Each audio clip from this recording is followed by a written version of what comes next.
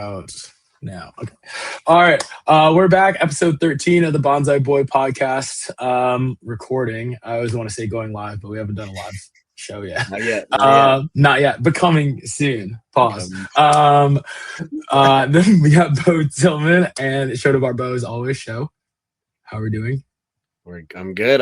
How are you? Good. You finally made it home? Man, I started looking for apartments in Dallas, to be honest. Because I thought You're I was like, how much to live on the couch, Kathy? Yeah, facts. I was really gonna get the outsider's experience for real by living in Dallas. But yeah, but then I like walked outside to get gas, and how hot it is down there. It's like I don't understand how people live down there and exist. They stay inside. They go to the pool. No, I can't swim, so then that's just a place I don't need to be at. You stay in not the deep end. The short end, yeah. Short end. Yeah, that's good for me. But yeah, we definitely missed you this past weekend. Missed you guys too. But it's okay. Hopefully you weren't losing your mind that much watching. No, I was losing my mind when I was watching at work.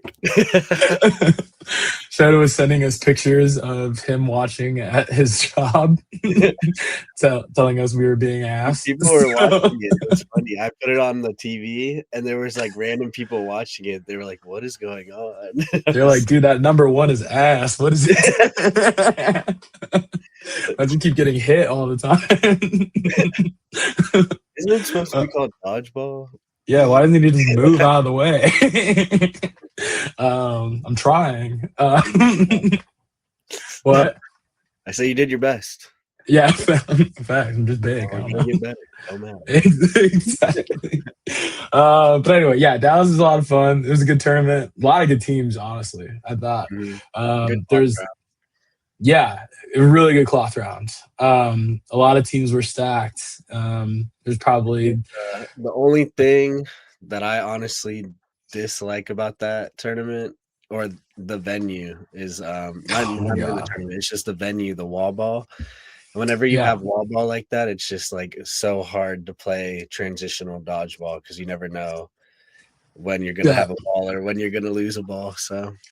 We talked about that a little bit during our huddles and stuff like that. Like we had to be a little more calculated and we couldn't run at people as much as we wanted to, as much as we normally would because we were worried about losing a ball. And we went down to one ball quite a bit because we would forget or we would see an opportunity that we should hit and we just took it. And then we go down to one ball. So it was just tough.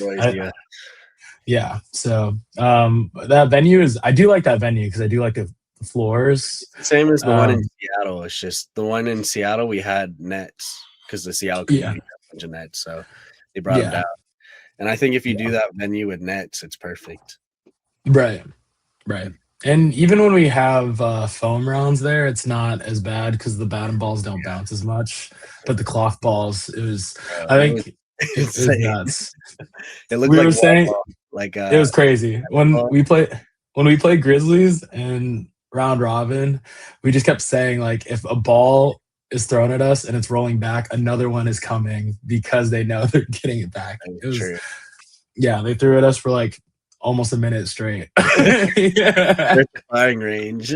Yeah, just crash dummies in the middle. But it was a good tournament. A lot of really good teams. On the women's side, every team on the women's side was really good. So it was competitive on the women's side too. And then mixed, because all the teams were good, the mixed side was really competitive too. So I didn't play mixed, but nobody wanted to pick them up. No, that's fine.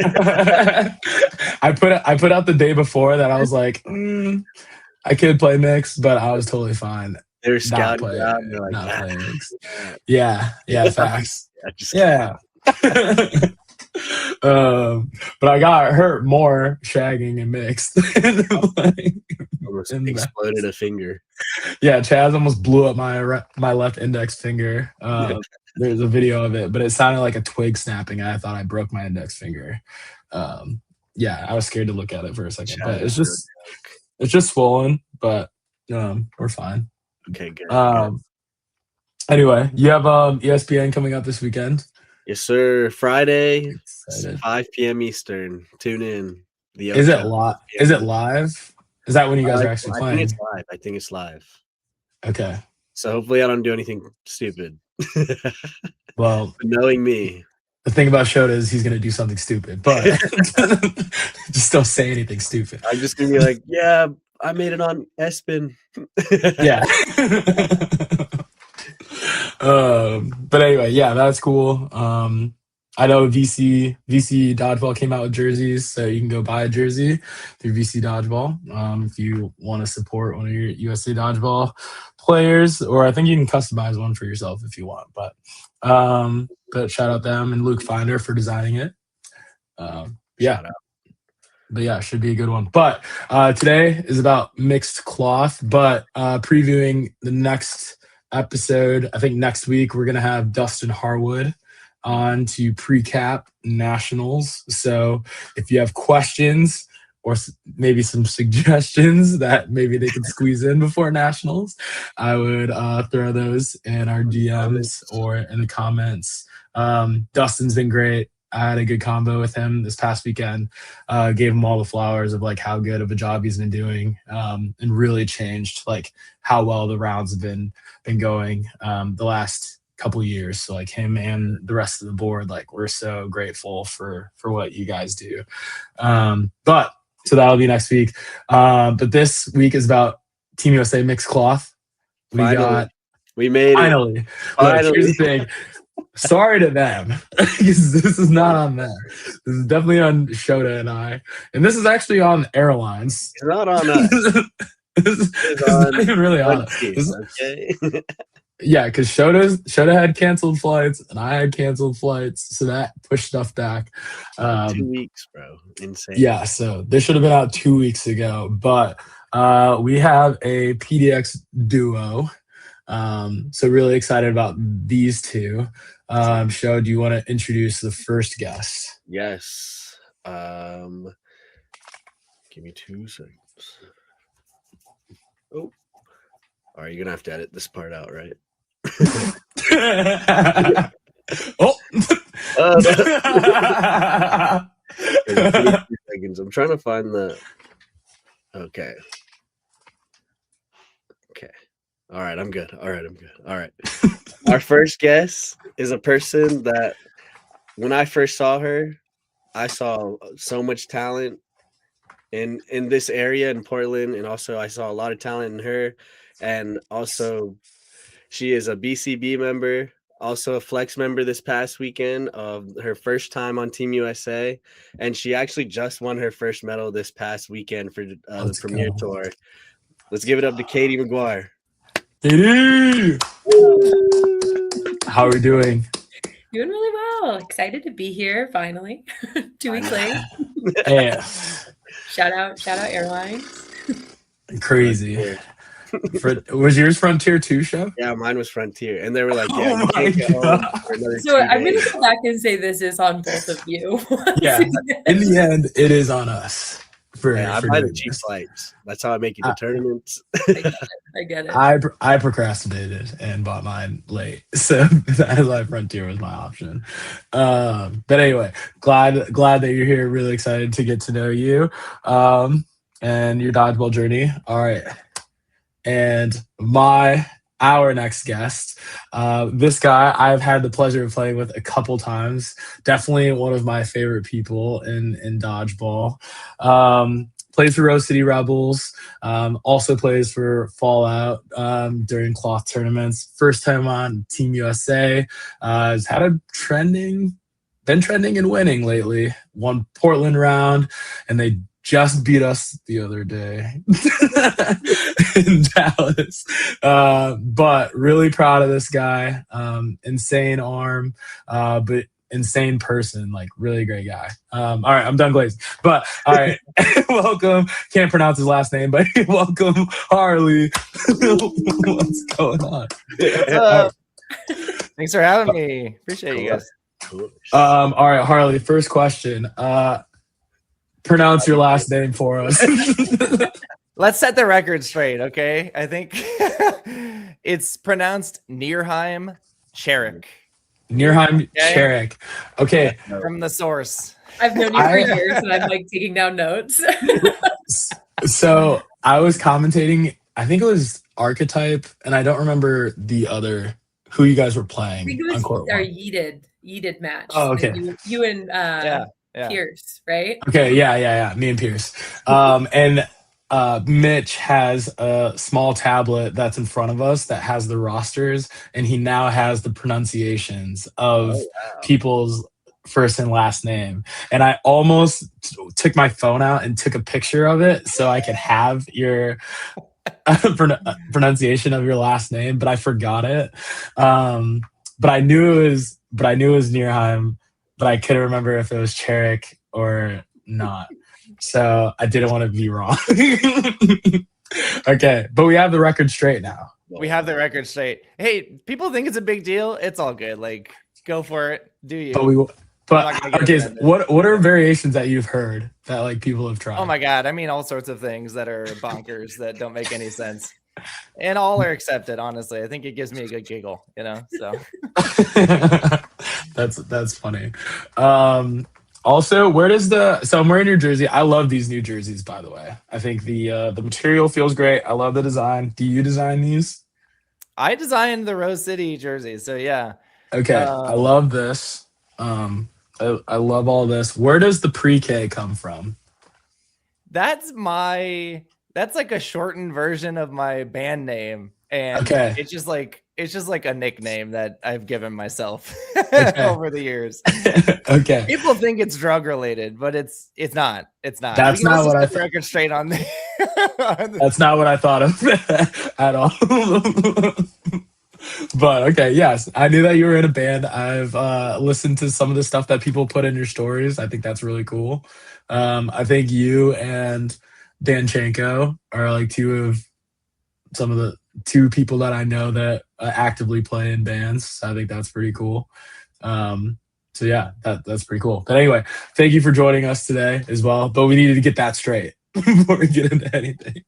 But all right, question for both to start. I didn't put it on the notes, so sorry. I always forget to do this. But for each of you, we can start with Katie. But what is your jersey number? And for if no one's ever seen you play before, how would you describe your play style? Ooh, it's a great question. So I'm in a transition in my jersey number journey right now. I've been 00 forever, and I'm on 00 on BCB. I've been a 00 on, I think I am on Archetype for that jersey. And I've been floating around a little bit this year. So I feel like I've been 00, but for Team USA, I'm number 30. There was some, a couple people wanted 00. And so I was like, that's it. I'm going with a rebrand. And I've actually really kind of liked it. So for Flex, I'm 30. And for some of my other teams, I've been a 00. Nice. Yeah. How did you land on 30 and 00? 00 has been my number. I was a soccer player. I was a goalkeeper. And it was like just kind of my number all growing up. And then 30, it was my golden birthday this year. I turned 30 on the 30th, and it was just like, it felt like a good one, kind of to start new chapter in dodgeball and all that good stuff. Okay. Yeah. I like it. And then play style, if no one's ever seen you play before. Yeah. I mean, I think, well, I would say for cloth in particular, I feel like I'm a pretty aggressive player. You'll see like in Dallas this weekend, I played in the corner for our entire mixed bracket and round robin for the most part, except when we played Eli. I was like, Harley, you can take over on that corner. I don't know if this is for me right now. But I don't know if anyone's qualified. Sorry to interrupt, but I don't know if no, it's true. It's true. But yeah, I would say I'm a pretty aggressive corner. I like to put a lot of pressure. It's so fun when I play like with Ashley Elder and we can chase people down. Like there was one point this weekend, she looked at me and she was like, "You're fun." And we were just like kind of having a blast. So I wouldn't have historically said that about myself. I think in foam and when I played no sting, I used to be kind of like a sit and wait and go for the catch and like be a big catching person. And I've kind of changed a lot since I've been playing cloth. I wouldn't really call myself a catcher in the way that I kind of used to be in other ball types, which I'm having a riot Yeah. doing that. So yeah. Quick question. Do you think the way you're playing cloth is going to transition into the other ball types? I think so. I'm kind of curious. I've not cornered foam in a long time, and it's not really like, I kind of like playing middle and being kind of an aggressive middle player in foam. So I'm very curious what will kind of shift and change. I'm playing a lot less foam than I used to, but I have so much fun when I do. So I'll let you know after nationals what kind of happens with that. We'll be on the lookout. We'll be on the lookout. Yeah. Nice. I noticed when I was commentating your game, and I think I said it during the commentary, that your counter timing is like insanely good. And that's something that like I've noticed whenever I've seen you play. That yeah, like your counter timing is really good. That's something that like I'm actively, whenever I watch myself, that I'm always like, man, I'm like a split second late on like home counters and stuff. Yours are like on point. So yeah, it was fun to watch this past weekend. So you guys did a really good job. All right, Harley, your number. You have an interesting number, and then yeah. So give us your number and then your play style. Yeah, number 19. It's weird because usually like through childhood, it's cycled through like the 13 and then 3 for a while.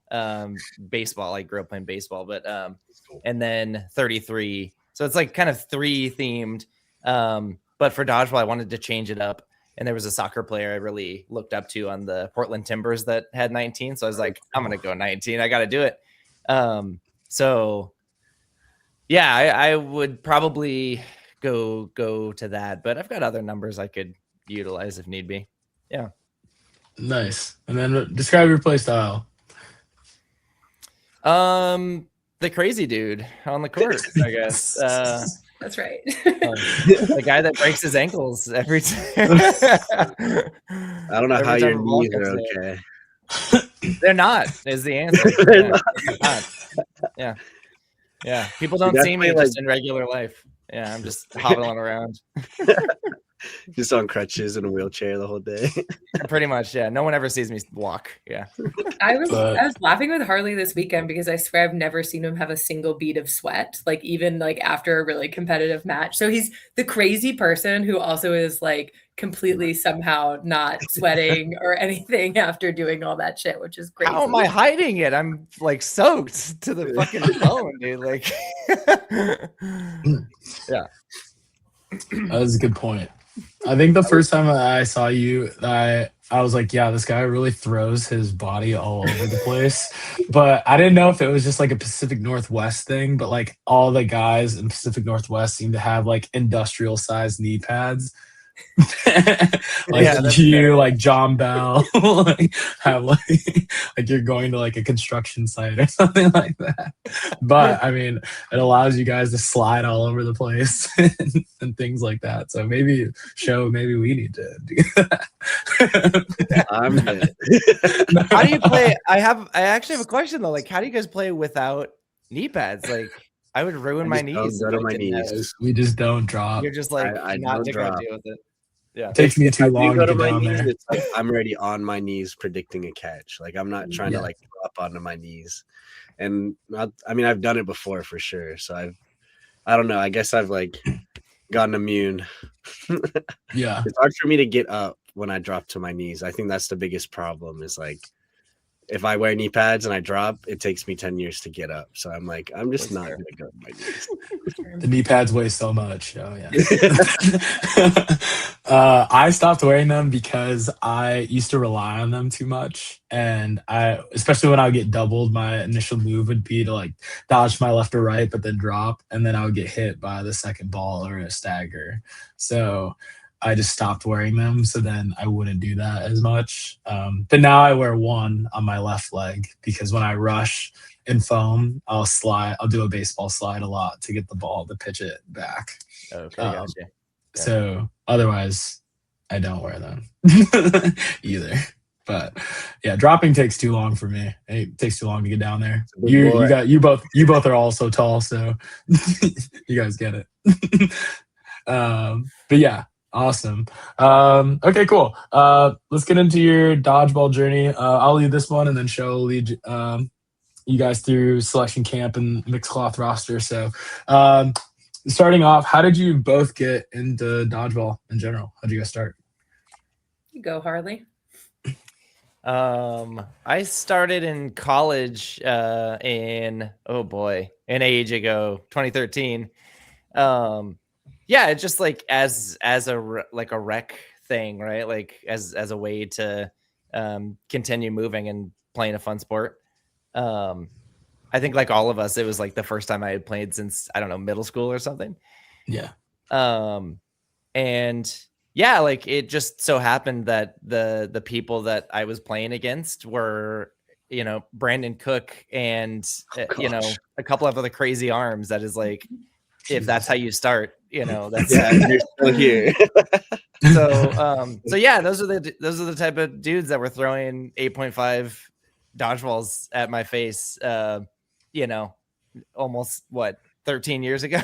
So yeah, and you know, it was pretty casual for a little while, and then yeah, we went to a couple of back in the day, they used to have Seattle dodgeball classics. And so yeah, Kelsey and I went to a couple of those with like Oregon State teams, really new teams. We'd get slaughtered by really seasoned people. But yeah, that was kind of how I got my start. Been doing it a long time. The really years cool. Are coming on to me. Yep. Yeah, I didn't know that you've been playing for so long. Yeah, that too. I didn't know you've been playing for so long, and I didn't know Oregon State had a bad dodgeball team. OSU has some notable players coming out of there. Harley, Brandon Cook. If you guys remember Michael Coive, he used to play a really long time ago in the Rubber Days. Who else? I feel like Michael White is Oregon State. Wow. Yeah. Did you guys ever play against Kevin Pack? He's an old Oregon State guy. I remember the name, but I did not play him. No. Yeah. Hey, that's cool. So did they have like a NCAA team, or do they have one now? Not that I know of. No, I think they kind of travel to some local tournaments, but I don't think they're. Yeah. I think they host, like, if I remember correctly, on Facebook, they'll like host tournaments too, and they'd be like foam. Yeah. Yeah, that's really cool. Okay. Yep. Nice. They're probably the only college in the U.S. that plays foam dodgeball. Really? That's surprising. Yeah. Like because all the other colleges play pinch, 8.5 pinch. Oh, I didn't realize that. Crazy. So OSU's on their own little movement here that we're gonna have to spread across the country. But is it 7-inch foam, or is it other various types of foam? They could be playing big foam. I feel like the last time I went to a tournament there, they were playing with like 8.5, and there were foam balls. No shade on Oregon State. It's where I went to school, but yeah, there's like all sorts of different types of balls we were playing with at the same time. It's kind of wild.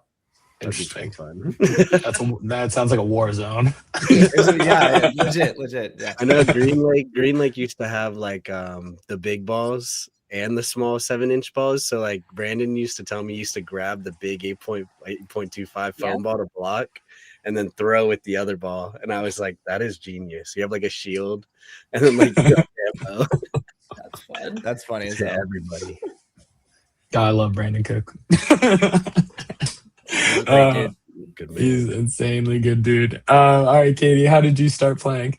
Yeah, it's funny. It's kind of similar to Harley a little bit. I was living in Seattle, and my senior year of college, my best friend saw a flyer for the Foamy at Green Lake. Shout out Green Lake. I see it. Yeah. And we just like showed up to this tournament not having played dodgeball basically ever. And I think I met Lucas and Mike Shermer. I wonder if you probably know Mike. Yeah, I know Mike Shermer. Yeah, and they were I think Mike was my first captain, and he was just so nice and was like, you got to come out and play.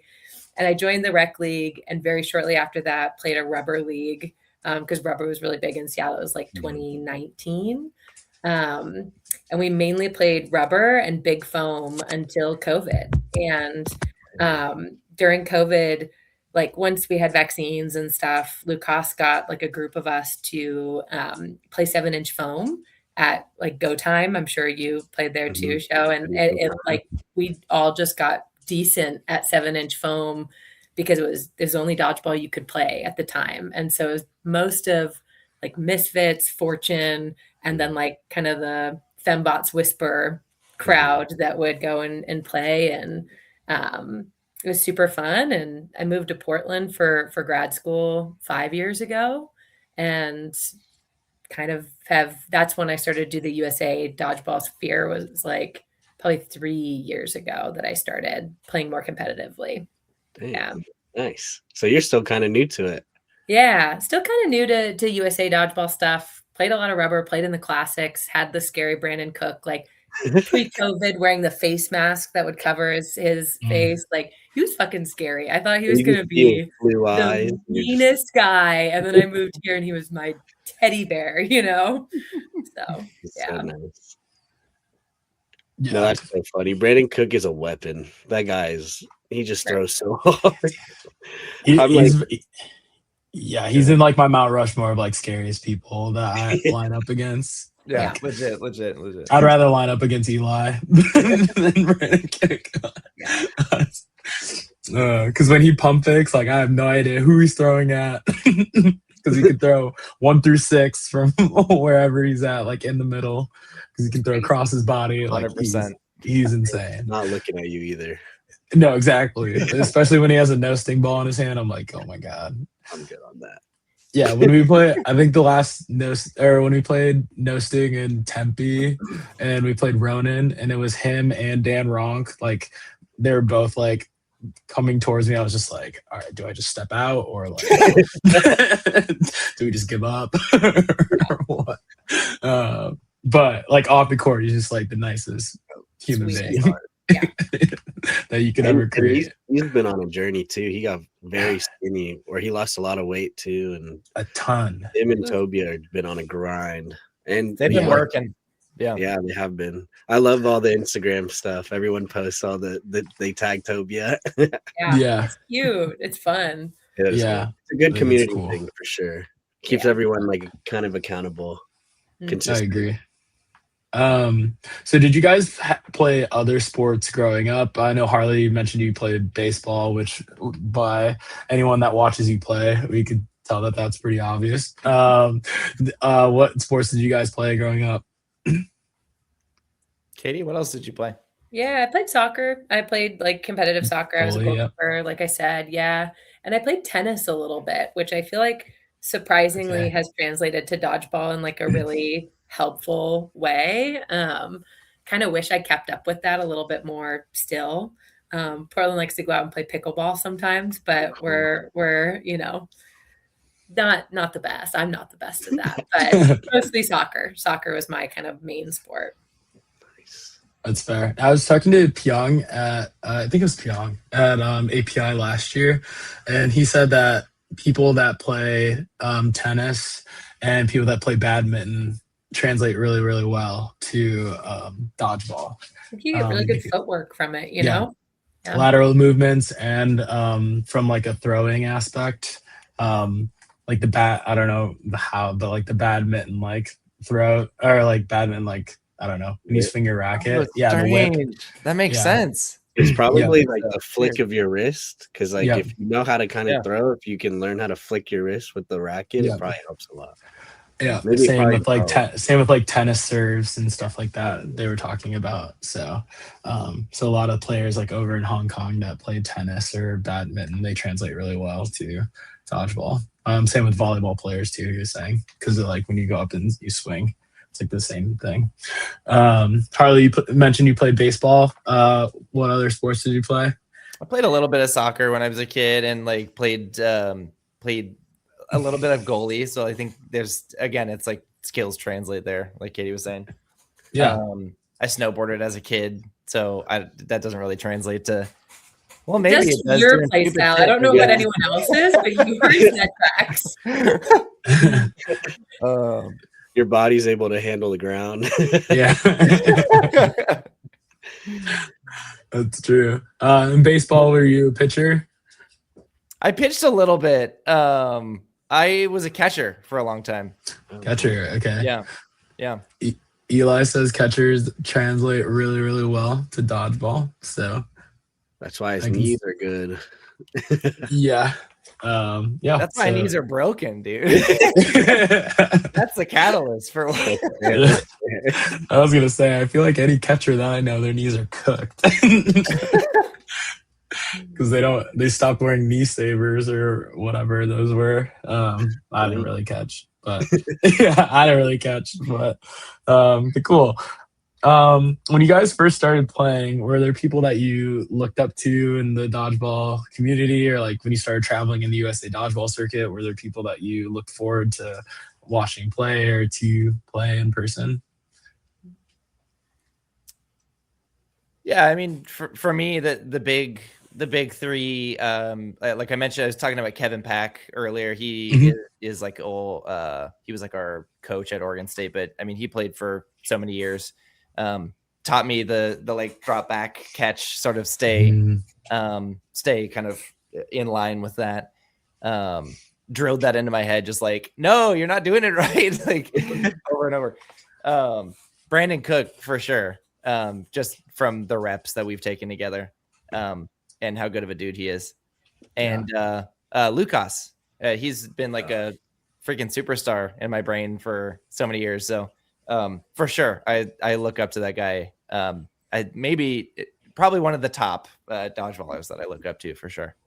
So I don't know if you know this, but when I was living in Seattle, and like we would go and talk about the Portland players or the people that live or that play locally, they would always talk about Harley, and they were like, that's like Portland Lucas. Yeah.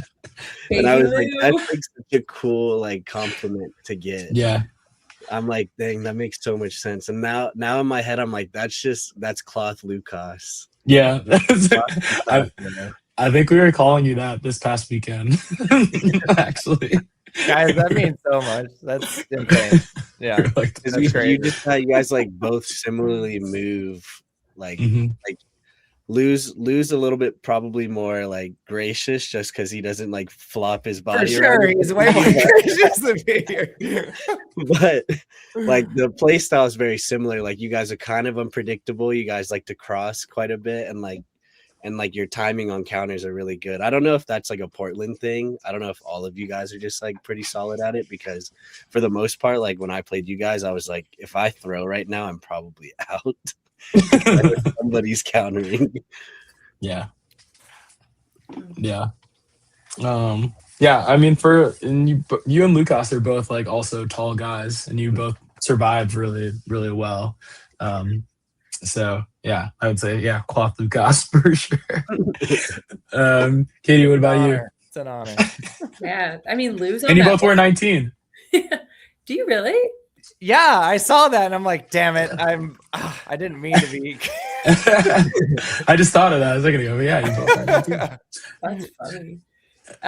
Yeah, I mean, Lou's on my list too. I think from like even just a community organizer perspective, the Seattle dodgeball community is like just a phenomenal group of people. I think about Missy as someone on there too, who, like when I was younger and like first kind of wanting to come out, and like, I think my first USA dodgeball round was the, one of the nationals in, Vegas a couple of years ago, maybe like 2022, something like that. Yeah, and, like, Missy always like looking out for me to find a team and like advocating for me and like kind of finding space for me to come, into those spaces. And just like a lovely player. She's a sniper, from the corner, and just someone who I've always appreciated on and off the court. And I'll also say Brandon Cook. I think like he's shaped me a lot as a player, and was one of the first people to really encourage me to play cloth, and saw that kind of in me. He probably wouldn't have even remembered me much from like the rubber days, but we would play like the 8 1/4 foam like together. There's like a league in Portland that we would play in when I first moved here. And that guy just like has believed in me from the beginning. And so like, I look up to him. I look up to the way he plays, how he's trained, how he's gone through some really hard shit like in his dodgeball career. And like, again, from like when he was a scary player to me to then when he was like more of a mentor to me, like he's someone that I've always kind of looked up to in that way. And I think about all the women who were on LFG when I first started, like these powerhouse teams that I was like, damn, I want to be as good as those women are. They were just dominant when I first joined.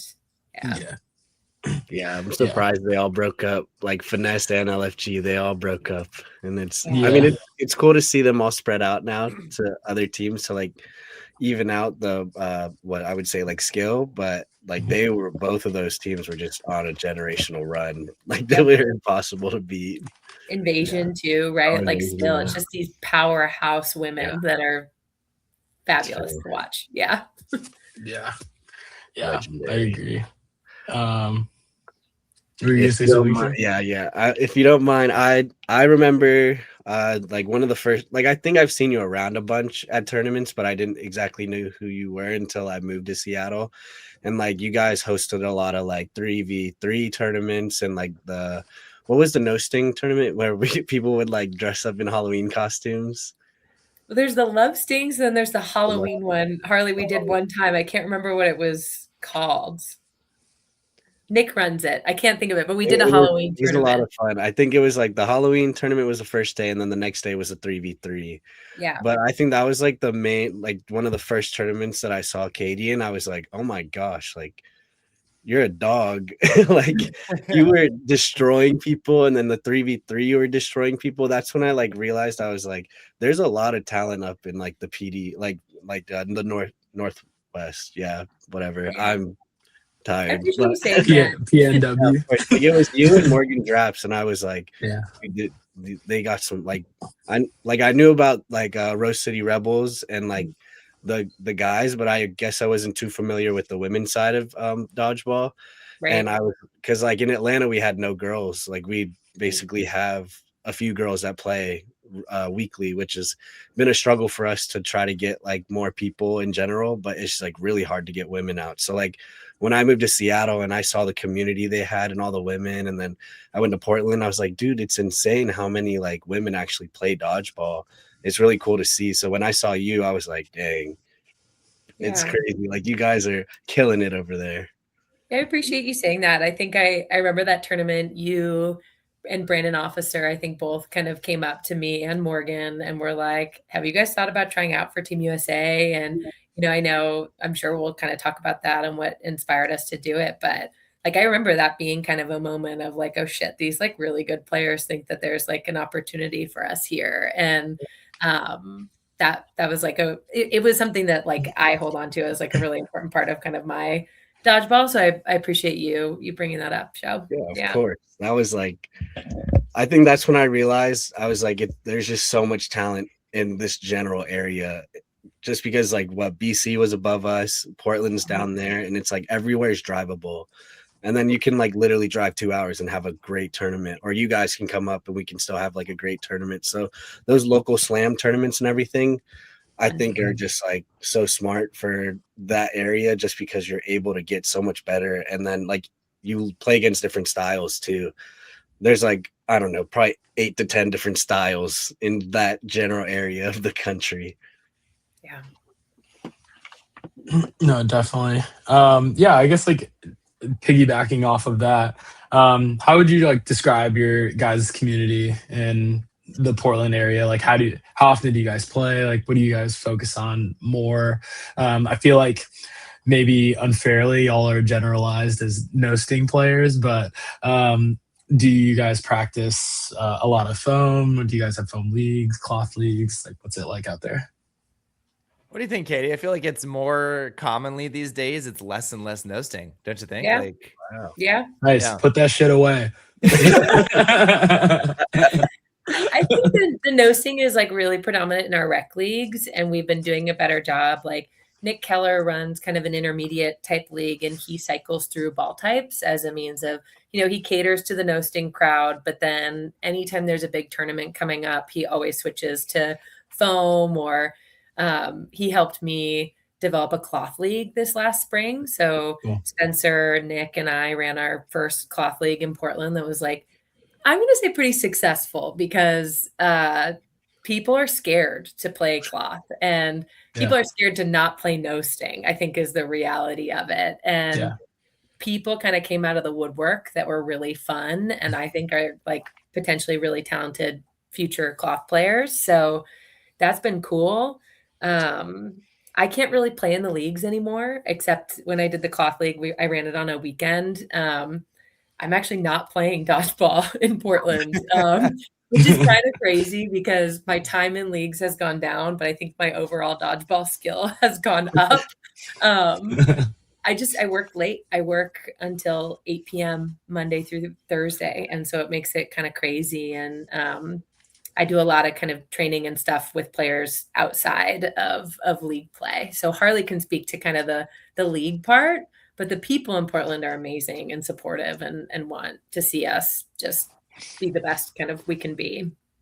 Shout out to everyone Portland dodgeball watching. We love all of you. It's a really, I mean, it's such an amazing community of people in Portland. I mean, I think Kelsey and I started playing dodgeball again, similar to Katie in COVID. And we were like, oh yeah, that sounds amazing. That sounds really fun.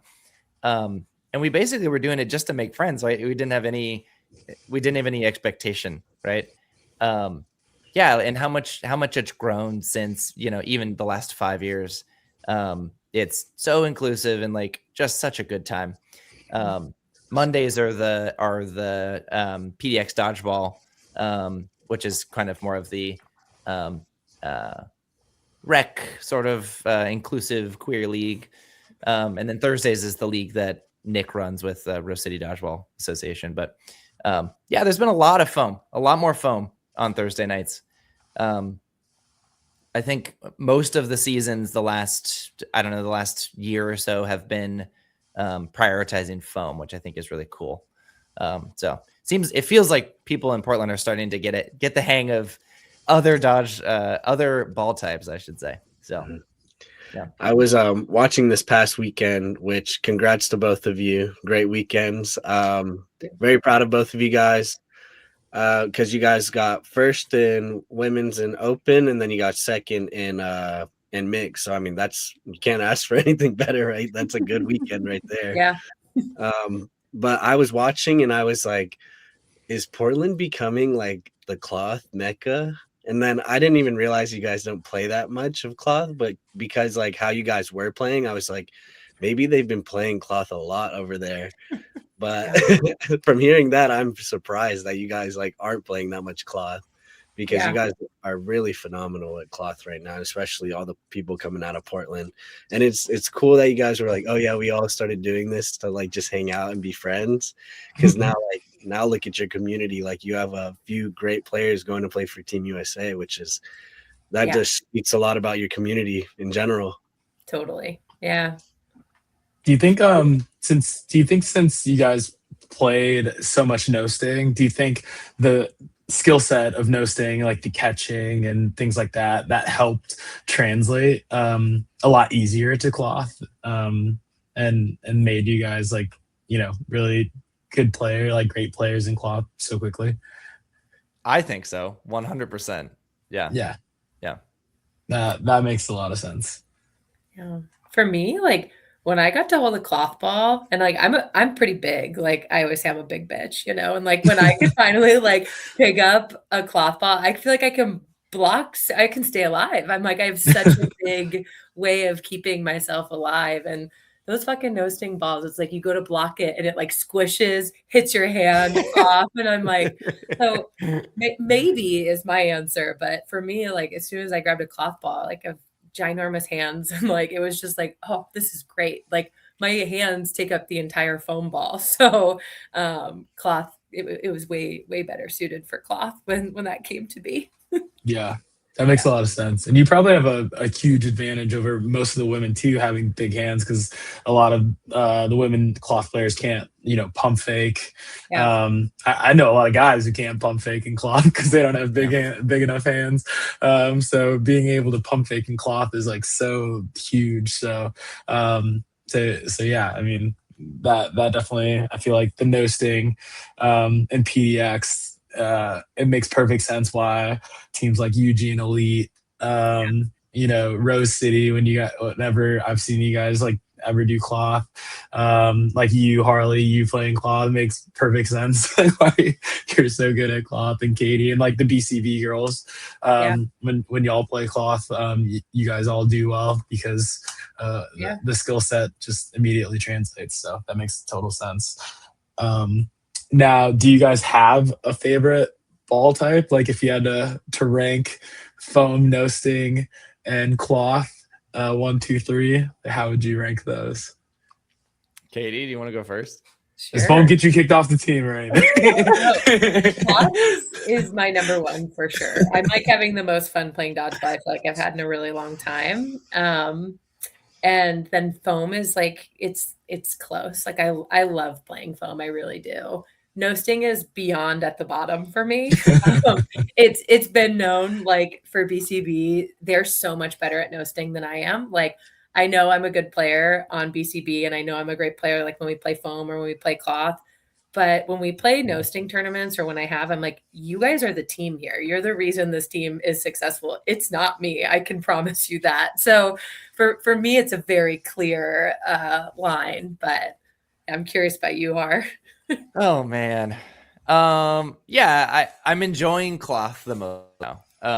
It's the pace of the game, and there's so much more chess. I feel like that's involved with cloth than with no sting at the very least. So yeah, I'm just really enjoying like how the game feels and the pace of play and like those sorts of things. It's a good change up, you know. So yeah, certainly cloth is what I'm enjoying the most right now. I'm so sorry to all my diehard no sting fans out there. I love you guys. Seriously, I love no sting, but I think foam is more enjoyable than no sting right now for me. Attaboy. At least to stir up some controversy in the world area. You know, RCR, He's done it. You know, put it in the comments. Right? He's finally done it. Clip it. He's finally turned to the dark side. I don't know, like something about foam right now is also really fun. Like I feel like my throw has gotten a lot better with foam, and I'm finally learning how to catch foam. For the longest time, I hated foam because I was like, why the fuck can't I catch the ball? Like I couldn't figure out how to catch. And it's like, you know, it's not as hard as it used to be. So yeah, sorry, no sting. The ball, it's just like the difference in how the ball is shaped is so tough, man. It's so tough. Yeah, I feel like no sting, like I've said this on other episodes, Show and I have both said this on other episodes, like the no sting ball, it's like so like unpredictable, where like sometimes you'll get a ball that's like super inflated, almost overinflated, and then you'll get one that's perfect and you're like, I gotta do something with this. And then you're so disappointed if you don't, because you may not get that ball back for the entire round. So yes. And then to Katie's point of like feeling like she's, you know, a huge asset to BCB for foam and for cloth, but when for foam and cloth, but when she plays no sting, she feels like, all right, it's on everybody else. At that point, I felt the complete same playing for Flight last year. When we played the no sting rounds, I was like, Ryan, Matt, Giancarlo, you guys got it. I'm going to sit in the back and try and not get hit. I don't want to throw it. I don't want to do anything. Just carry us. So yeah, I don't know what it is about no sting, but just can't do it. I think it's been screwing my arm up a little bit too. Like, I don't know. Yeah, it's probably not just me. Yeah, I don't know if I've had like a show, maybe you can chime in. I don't know if like no sting does anything to your arm at all, but show's invincible. I haven't played no sting. That's true. In Portland. Like it's probably been over a year. In the USA round, I haven't played with the batting balls, so I don't even know how the batting balls play. Those things, the batting balls are worse. Bat and no sting balls are way worse. Like they're slip. It's a little bit troubling. Yeah. The texture is like slicker, and I have sweaty hands, so I'm cooked anyway. So you give me a agreed. slicker rubber ball, like it's cooked. I don't even try. The people that can block it with two balls and no sting, those people, like, you're in the Hall of Fame, because like I don't even try blocking with two balls and no sting, because I just know I can't do it, because I'll drop one of them. Deep in a tournament when you're drenched and yeah. Like, no chance. It's cooked. Like, good luck. So the people that can block with two no sting balls, like, you're in the Hall of Fame. Like, 'cause I don't even attempt it. But anyway, moving on. So you both play for Rose City Rebels and BCB. Like, how did you guys create the teams, or how did you end up on those teams? I go first, Harley? Sure. Nick Keller from Portland. Well, he's not from Portland, but he lives in Portland. Okay. He's a Portland guy. He created Rose City Rebels, just came up with the name and was like, hey, I'm gonna make these jerseys. You guys want to come to a tournament? I think we have gone through a bunch of iterations of what the team looks like over the years, but it was just kind of one of those things where it's like, oh, you guys are going to a USA tournament? That sounds cool. It kind of blossomed into some special relationships with, guys on the team right now. And it's awesome playing with those guys. Yeah. And he also has a team that I've also seen, like the Thorn Roses, right? Is that just like kind of like a subset team? Like, if you both like have too many players going, or where does that team fall in? Not really, right? Like, I think they're certainly separate, and I know that he's taken some really talented people for Thorn Roses as well. Yeah. I'm not articulate tonight, guys. I'm so sorry. Katie's back is going to be broken by the end of the podcast. The sickness is overtaking me tonight. I'm so sorry. It's okay. I rely on Bo. You're being a warrior. Why is my brain going in circles? No, I remember playing Thorn Roses the first time I saw them was in the Seattle round last year. Because I was like, those jerseys are pretty cool, and then I didn't know if that was like a spin-off of like your guys's team or what. But also shout out Nick. He just had a birthday, it looks like, according to Facebook. Yeah, happy birthday, Nick. So, happy birthday, Nick. Because I was like trying to make sure I was thinking of the right person, but I was. Katie, how did BCB come about? Yeah, I wasn't actually in the first iteration of BCB. I want to say they maybe formed in Harley probably knows this lore better than me, maybe 2023, something like that. Yeah. And the original, there's some players on it that aren't on it anymore. Like Grace Rowan was on BCB to start. And so I kind of free agented on their team when I was still in grad school, because I couldn't play consistently. It was too expensive to go to those. So during that time was kind of Spencer's Fortune days. And so I was like, I'll stay home with the dog. You go play, competitive with Fortune. And they were a dynasty, at that time. And it was really fun. And then when I graduated, I kind of committed to BCB in 2024. So this has been only my second full season with BCB, which is kind of crazy. But I played with them for 2.5 years. And it's a great group of women. I'm very grateful for them. And we have a lot of fun together. So that's for sure. Yeah. When I watch you guys, I get jealous sometimes, for sure. You guys are always having fun playing dodgeball. And then you guys have gradually gone really, really good too, every year, every ball type too. You've always been good at no sting, but I think we surprised ourselves. We got Kayla this year. That really helped kind of shape us into a cloth team, I'd say, but pretty consistently showing up in third for cloth, which has been really, really fun at rounds. Nice. I'll also say too, to kind of show's point, you can tell that your guys' play style has also changed a little bit, like year over year. Before, when I first saw you guys play, it was kind of like throw ball, get ball back, and then throw ball, stuff like that. But now I've seen you guys running at people and stuff like that, and playing a lot faster. So it's been really cool to see. I think a lot of the women's teams and also are playing that way too. Like, just, I mean, the overall like dodgeball meta is changing, obviously, but BCB especially, like I've seen you guys running at people too. Like I think Morgan being on the foam team, sharing that knowledge too has been helpful, and like play style change too. So shout out Morgan as well. Love watching her play too. Cool. All right, last question before we get into selection camp and talking about the mixed cloth roster. Katie kind of alluded to it earlier, but when did you guys know that you wanted to take dodgeball more serious and make a push for Team USA? Katie, what do you think?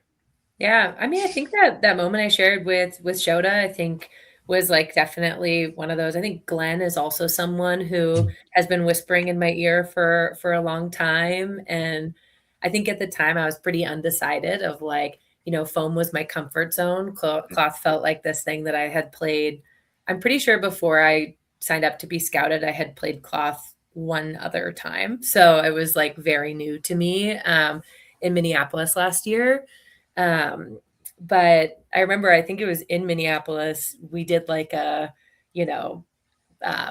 getting your throw speed for both ball types. And I was sitting next to Luann in line, and we had never talked before. And she was kind of like chatting with me, and she was like, "Let me see your hands." And I was like, "Okay." And I show her my hands. She goes, "You're a cloth player." And that's like what she said. And then we went. So that's kind of like a funny first moment in her and I's friendship. And that's kind of been, at that round, I think I remember, Brandon Renfro being like, "We thought maybe you wanted to do foam, but I'm going to tell you, please do cloth. Like we would like you to stay in this realm." So honestly, a lot of like support from other people. Like, I don't know that I would have thought about it myself. And then people around me were like, "Hey, have you thought about this thing you could do?" And it's been like a very positive upward, trajectory since then. That's awesome. Yeah, that's so cool. That means like you could just keep playing dodgeball, and people are just What about you, Harley? Yeah, I mean, probably really similar, right? Like, I think for a couple of years I signed up to be scouted, or at least a couple of tournaments. And it wasn't, I don't know if it was necessarily like super intentional. I think most of those tournaments were kind of like, oh, I'm just going to, do it for the hell of it sort of thing. And there wasn't really a specific thing to focus on. I was really just a no-sting player for a long time. And yeah, I think it started to adjust and change when I started to get feedback from, Show and Bo, like you guys and like others people that I look up to, that I'm like, holy shit, like people are saying that I'm crazy and like good. Okay, like, yeah, maybe I should take that more seriously. So yeah, I think over time that amalgamates into something that is like, oh shit, like this could actually be a chance at something. So, essentially this year it was like, okay, I'm going to work my ass off. Like, let's get this done. Put everything on the court. And I think after Tempe and like conversations I had with you, Bo, and like others, if it felt like it was within reach. So to get the call to be like invited to the practice squad and then to go to the combine and put it all out on the court, with so many amazing players, like it's like that those thoughts come back to my brain where it's like, I'm not good enough to be here, but like, I'm going to put everything I can and play as good as I fucking can. And then to get selected is like, what is happening? Like, what are we doing here? You most definitely deserved it, Harley. You appreciate you. You definitely deserve to be on that court, by the way, too.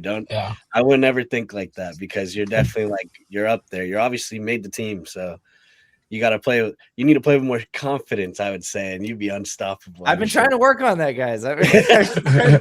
Katie was telling me, yeah. I told Harley this weekend. I felt like, it was our first time playing mixed cloth together, but obviously we practiced in Portland. We played in the league together, things like that. And I found myself just like really impressed by Harley's confidence in Dallas this last weekend, confidence in his cloth knowledge and his like difficult kind of game time decisions. And it was really fun because I know, Harley, you're a little hard on yourself. Like, I think you and I can be similar in that way sometimes. So we lock in and we're like, we're going to be positive here. But even from the second from combine to Dallas, I feel like you seemed more sure of yourself as a player, and it was really fun as your teammate to see that happen. Thank you. Appreciate you. That's dope.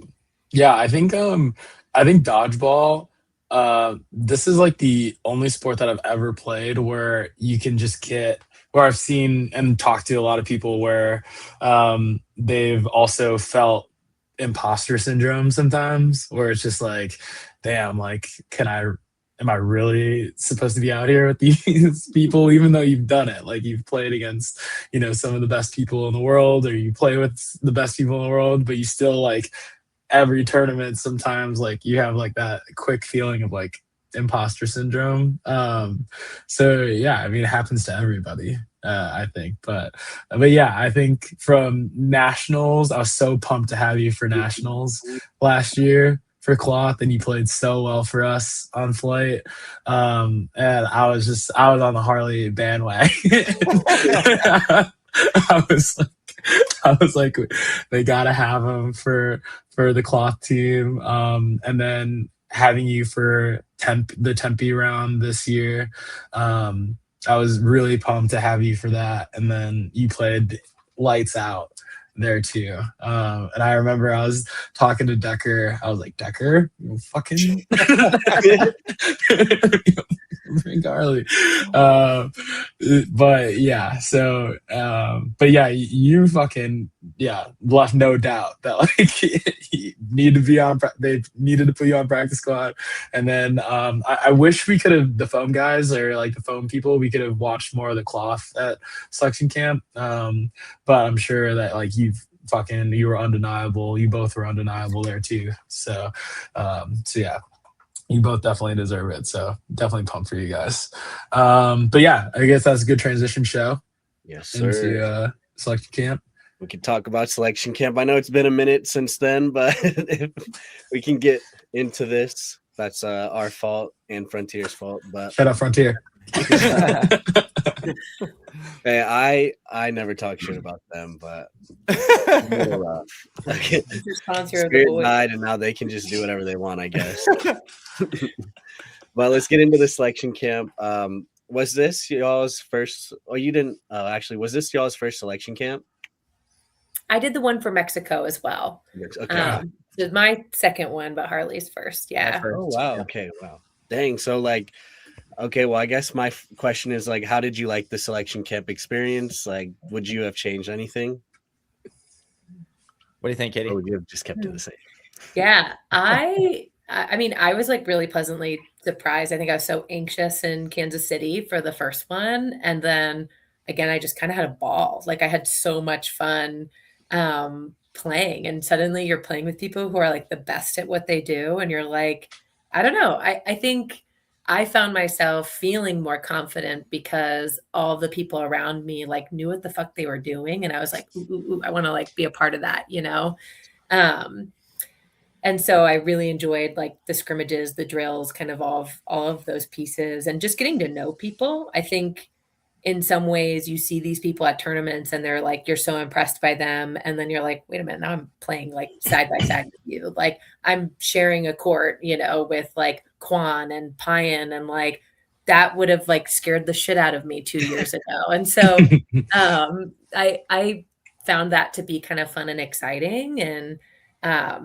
something I'll say just kind of on the mixed front was like, especially in the Arizona selection camp, the men like showed up at that mixed tryout. Like every single one of them were like, you could tell they were fighting for a spot. And it's not to say the women weren't the same, but it was like when we transitioned to mixed, you felt like you wanted to be a part of that competition because it was like, it was alive, like it was fast. It was like, really intense. And it felt like that was like, okay, shit, we're putting together like some good teams here and we need to play really well. So I found myself kind of like drawn to the mixed side in the second half of the day because it was just like the intensity was wild. Yeah. Fair. I mean, that's a good, it sounds like that the culture all around for cloth is going in an upward trajectory. So that's very cool. Because I know for foam we have a very good culture, I think, for just in general with like we have a good leadership role or with Eli, and then like we kind of just molded that last cycle. So now like to hear that cloth is starting to figure out their culture and like women's cloth and mixed cloth, it's like it's very cool to see because I mean last year I think men got second and like mixed got fourth, I believe. So like, and then the women, didn't they get like fifth? Fifth. Yeah. So I mean, and that's really good for like our second cycle playing cloth. So to hear that the culture is getting better, it's gonna be, I'm sure it's gonna show this year. Harley, you want to talk a little bit about selection camp? Yeah, so the imposter syndrome was really strange going into selection camp. Yeah, like feeling completely out of place and being like, I'm surrounded by incredible dodgeball players, and yeah, just to go toe to toe and like to have to work as hard as all of us had to. Katie's totally right in the sense that like it was so intense. It was so intense the whole weekend.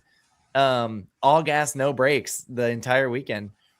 Yeah, which I mean, putting everything on the line is what we all want to have. So make the coach's job really hard, right? But yeah, yeah, really, really intense, high intensity. What kind of drills did the men's side do and then the mixed side do? Yeah, we were doing some like defensive play kind of stuff, like kind of a pop or, you know, things of that nature. But then we spent a lot of time doing situationals. So kind of XYZ amount of time on the clock, you have two players, you need to win in, you know, this set, or you actually need to just stall for time. And so we did a lot of just kind of game time scenarios that you play through, which is part of why I think cloth is really fun, is because it requires you to use your noggin in a way that most other dodgeball I feel like doesn't. You're playing against the time and the people. So we did a lot of situational drills. That's fair. That makes sense, especially like with how we're still learning the game as a country. I think that definitely makes sense for cloth to do more situational things. I mean, yeah, me and Bo don't really have to use our brain too much when we play foam, so we kind of just play. But, I mean, as you can tell, obviously we can think sometimes. I don't know if you can obviously tell that, but hopefully. Maybe on the court. Definitely on the court. Off the court, no, there's no thoughts, no brain. So I know Katie touched a little bit on this. You said you kind of gravitated towards mix a little bit more. Was there a preference between like which team you wanted to try out for and which team you wanted to make? Yeah, it was tough. I found myself really liking both. I think the relationships that I have with like those starting to form with some of the women, and like you know, after Kansas City, I was like pretty undecided, and like I was in a pretty nice spot where it felt like maybe I was in a spot where like both teams were interested in me as a player, which is like a really cool thing to hear. And I kind of was like, put me where you think the team is going to benefit the most. If it's I'm going to really enjoy playing women's. If it's mixed, I'm going to really enjoy playing mixed. I've always liked playing mixed. So that's never been something that's like scared me or made me feel nervous. And then in Vienna, I got to play with Flex in Vienna and like play with those women and like build really good relationships. And so I feel like I kind of landed in this like sweet spot of the best of both worlds where they are allowing me to play with both teams at Worlds this year. And like it's kind of nice. I didn't really have to choose one. And I was a little passive. I was like, you do that for me. I think I'll play, more of a support kind of role for women's. I think mixed is the like primary spot for me. Okay. But both teams are full of amazing players and coaches. And I'm kind of thrilled to be able to have a little spot in both. That's really cool. I mean, your first time making Team USA and you get to play with both teams. Yeah. That's awesome. I mean, can't really say much else other than that. Right? Like pretty rad. A lot of dodgeball. You're going to be playing 2 times more than that. So yeah. That's awesome. Has anybody ever walked away with 2 golds in a World? Austria? Go ahead and knock on wood for you there, Bo.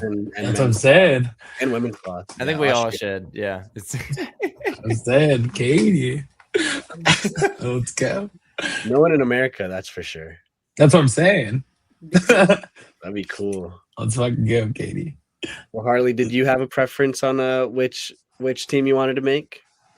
Not really. I think I went into it with a similar mindset where it's like if I can be of use on either team, either it men's or mixed, that's where I want to be. And it's similar to what Katie was just saying. It was so tough because starting with men's and like getting to know a lot of the men that I've like played against for so long and like becoming buddies with a bunch of them. I was a little torn when the rosters came out because I think over the weekend I was joking around with Jordan the most, and like we're buddies now. And I was like, damn, dude, he's on men's. I was really, but yeah, like I'm really, really excited to play mixed. I feel like it's awesome to gel with all of the women on the mixed team as well. Mm-hmm. So really, really excited either way. Yeah. You're with you both are with my boy Pidgey, Mr. Pierce. Yes. I'm excited to watch all of you guys mesh together and play together, especially at Worlds. It's gonna be cool to see like a bunch of, I guess, like people that I looked at and I was like, oh, these are very talented players that could definitely like have a shot at making the team. And like now all 3 of you guys are going to be on the team and I get to watch all 3 of you guys together. So that's going to be like a surreal moment for me, at least, just to be able to watch all of you guys play. So obviously you guys made the team. Congratulations. What did it mean to you to make the team? And then like, who was the first person that you called or text when you saw the news? I've been answering first a lot. Okay. All right. It's because I'm brain dead. Really, you should just be the only person answering. You're doing great. Great. Appreciate that. Yeah, I mean, I got texts from a bunch of people at the same time. But I was like rapidly calling Kelsey. Everyone knows that Kelsey is my partner, but she got mistaken for my sister this weekend. Oh, that was so funny. The captain of BCB. Sorry for anyone out there who doesn't know who Kelsey is. Everyone should know who Kelsey is. Anyway, yeah, for sure. So I was like rapidly trying to call her the minute it happened, but I think she was inevitably also looking because she was on the practice squad as well. Right. So anyways, that was my person that I was rapidly trying to get in touch with. Yeah. That's awesome. Yeah, I definitely like the first person you think about is definitely probably like the person that has been with you throughout your whole journey in dodgeball. So I mean, of course it's gonna be her, right? That's awesome. So what about you, Katie?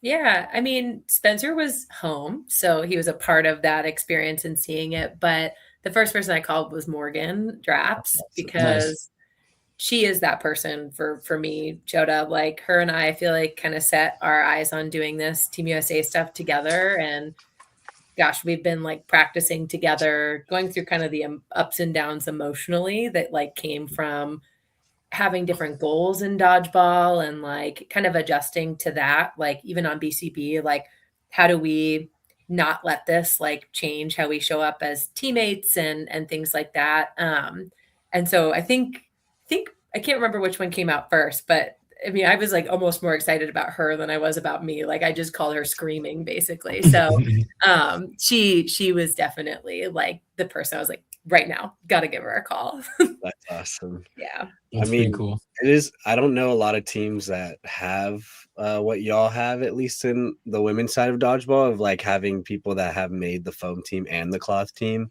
Yeah. I think maybe Shred. Well, I don't know about the women's side actually at all. Not on the top of my head, because like most teams, I feel like are one ball type. You know, like Flex is pretty much like, oh, we're just gonna go all in on one ball type. Same with like Invasion and like why am I blanking? Frenzy, and I'm blanking again. Either way, but big three. Yeah, the big three. Like Fang too. Oh, Fang, yeah, right. Yeah. But they like kind of specialize in foam, I would say as well. But maybe they do have some cloth players. No, they do. They have Jenny Hodge and all them. So, okay, so you that's like a small list of teams that have both ball types on their team. So that's very cool.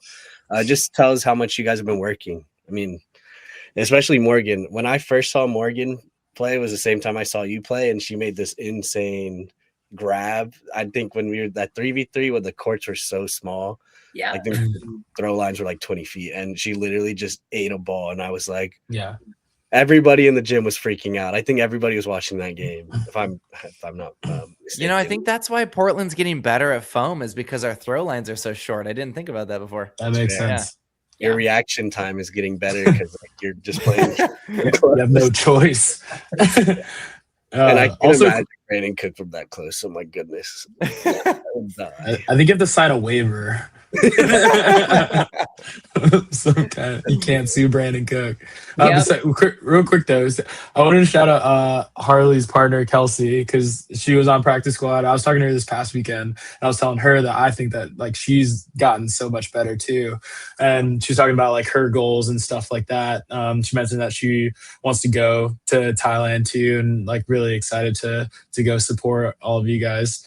And that like she has goals for like next cycle and things like that, and things that she's going to be working on too. So really excited to see all of that come to fruition and see her name on that roster for next cycle too. So really excited for her. Yeah, Kelsey's a competitor. Yeah, she's a dog. That's a very good point on your side, Bo. Like when you don't make the team, which is definitely probably hard news to receive, to just like even think about like, hey, I'm still gonna go to Worlds and go see what it's about and see the competition and try to like get your foot in the door. I think that really shows to the coaches and everybody in the community that like, hey, like I want to do this. Like this is something I want to do. This is something I want to be a part of. So that's good on her. That's awesome to hear. I know Xander did it a lot when he was younger, just to see like how the team plays and the culture and everything. So I'm excited for her. That's very cool. Definitely. All right. So what were your thoughts about the roster reveals? I guess you can talk about mixed cloth because we're focusing on mixed cloth here. Yeah. What do I want to say about this? I was excited. I think I was so fucking excited to see Harley's name. I will just say, like, I wasn't sure if they were going to think about him for men's or for mixed or whatever, but like the idea of getting to play with him on a team was just like really, really exciting to me. Lovey like has been kind of like my girl. So seeing her on that list was just like, and like, it's hard. Like it was also heartbreaking because there's some amazing people's names that aren't on that list and across all of them. And so like, gosh, I think about like Miles, like being someone like when I didn't see his name on the men's cloth roster, I was like shattered, and just Kelsey, you know, all these people who I've been watching work really, really hard. And so it's equal parts you're like really fucking stoked of all the names you see on there and everyone deserved it. And then you're like, gosh, there's some amazing people that aren't on this. And that's like a hard pill to swallow at the same time, right? Yeah, I definitely agree with that. Yeah, same here. And I can't imagine how hard the job of the coaches was to like, how do you narrow down a list that is so stacked with amazing players, right? Like, and it's a job that needs to be done to get to have the roster and have the team ready. But yeah, so many incredible people made it and so many incredible people didn't, right? Yeah. Hey, keep working. Keep working. You'll make it one day. I know that. Because at the end of the day, when I mean, I always go to the same person, Josh Eustace. Like, he didn't make it the 2024 cycle, and he worked his tail off even harder. And then he hopefully, you know, this cycle he makes it, and I'll be like very happy to see that, because it's always good to see like hard work paying off, and eventually you will get rewarded for it, especially in our sport. I believe that 100%.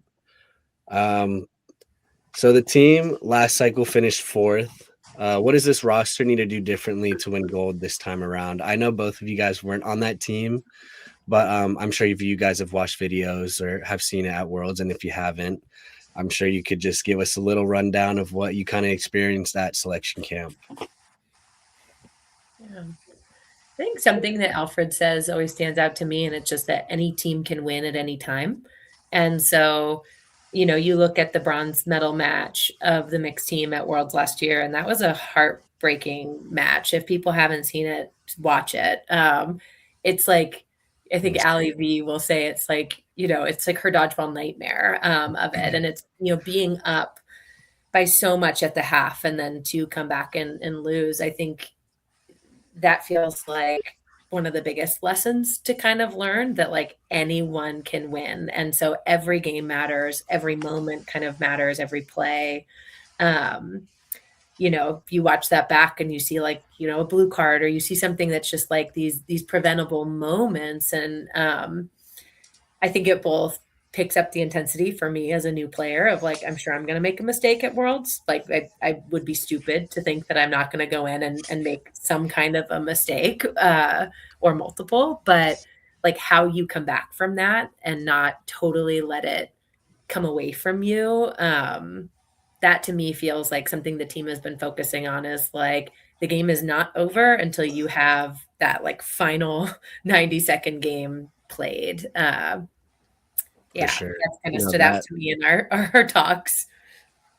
That game was insane. I could not believe the comeback. And then I mean, I agree with you 100% about just like every game matters, especially at that stage, right? Like you can't take the pedal, or you can't take your foot off the gas, because obviously like those teams in Europe, they probably were in their huddle and they're like, all right, this is what we have to do to win. And they just had that mindset. And I feel like US was probably like a little comfortable. And when you get comfortable, that means something's wrong. Something is not good, right? Because at that stage, you should never be comfortable and you should never be satisfied, just because the job's not done until the game's over. And it does suck. And I'm sure Big Al, I'm sorry we're even talking about this game. I know. You'd be mad at me. And yet she played amazing in that game, and I think she knows that too. Yeah. Yeah. I mean, they all did, right? They all played very well. And then it's just like, it sucks that they just started to play better in the second half. And that's pretty much it, right? It's not even that they played bad in the second half. It's just the other team played better. And sometimes that happens. Do you have anything to say about maybe how this roster needs to play differently for this time around, Harley? Yeah, I mean, I think similarly, right? Like it's a sport where any team, if you're on a run, can win and take the gold home, right? This last weekend, playing with Fallout, our slogan was like, it's 0-0. Like it's a 0-0 match right now, because any team can beat us. But the reality is we could also beat any team too if we don't sit back and like let things happen. By the numbers, like Outsiders is a far better team than Fallout. But we just kept pushing, right? Like, and I think that's that what gave us maybe an edge is like, just keep going, like just keep sprinting for the ball, just keep going. Yeah, and I think that's, you know, a similar mentality that Katie was just talking about, right? Is that the match isn't over until the whistle is blown. And I think that's what will echo in meetings to come for mixed as well. Yeah. Can't wait to see you guys just destroy some teams. You guys are going to be on like demon time on the court. It's going to be cool to see. But yeah, a great point about this past weekend about like having that mindset of this game is 0-0, because I feel like if you go into games like that, you can't really get down on yourself. Like you can't like get in the mindset of like, oh, we're losing. You're kind of in the mindset of just like, it doesn't matter. Just win the next one. Yeah. That's a great way to think about it for sure. And you guys are a great team. Okay. Let's not beat around the bush, because you guys have a bunch of good cloth players on that team. A lot of new up and coming players as well. Some that talk a little trash. Oh, we don't have to touch on that. Oh my god! So just know, shout out Randy. Randy's funny. Randy's hilarious. But just know, Outsiders is coming for you guys in Nationals, right? Yeah. See, you got 4 weeks to enjoy this. Bo's been waiting. Bo's been scheming over there. Yo, Outsiders doesn't lose very often, man. So it's special for whoever beats you guys. No, I agree. I'm just saying. I hate losing more than I like winning. So I am right there with you. Sure. I was sweating. Like I was watching y'all play, and I was just sweating. I was like, oh my gosh. And it comes down to the wire, and I'm like, gosh, I mean, you can't write it any better, right? What a weekend for both teams. Yeah, but you guys played it. You guys played insane though in the final. So to be clear, you guys played insane in the final. So you guys do. I bet it was a really fun match to watch, though, right? Like really good. Oh, 100%. I watched it back and had fun watching it. To be honest, I was watching it at work, and I was like, not working. Sorry, boss. It is what it is. You know, the people that are like, oh, if you play dodgeball, but you don't watch dodgeball. I watch dodgeball. Okay. I watch every type of dodgeball. It doesn't matter what's on. I will watch it. Because at the end of the day, it's dodgeball. Also, my whole family was playing, and my big brother, Bo. Unfortunately, it wasn't no sting. You know, if it was no sting, Bo would have won. No, we wouldn't, because we were playing Harley. But Bo's like the number one no-sting player in the world, apparently. I'm statistically the worst. I've heard that before. We just like to give Bo a hard time about no-sting. Okay, so let's get into not bad. So let's talk about how you guys are training for Worlds and what you guys are kind of doing to prepare for Thailand. Want to go hard? Yeah.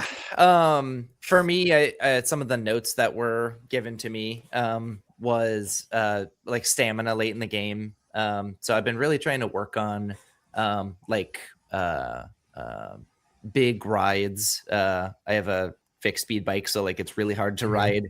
There's some hills near where I live in Portland. So yeah, trying to do that just to really try to focus on stamina and like to really just get better with my breathing and lasting late into matches, which I feel like showed this weekend a little bit. And I think I'm gaining a little bit with that sort of thing.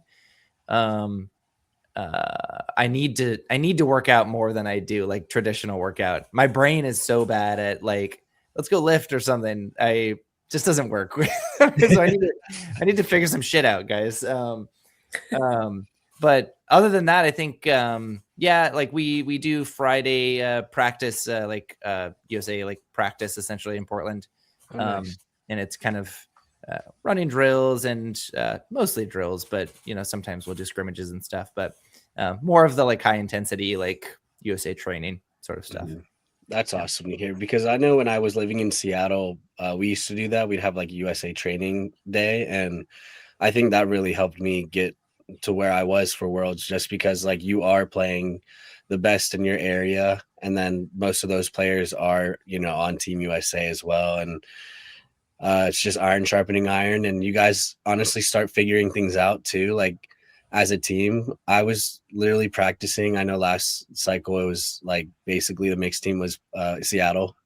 So I started playing against like the whole mixed Seattle team. So I was like sometimes getting my ass handed to, but it was still like a lot of fun and I learned a lot.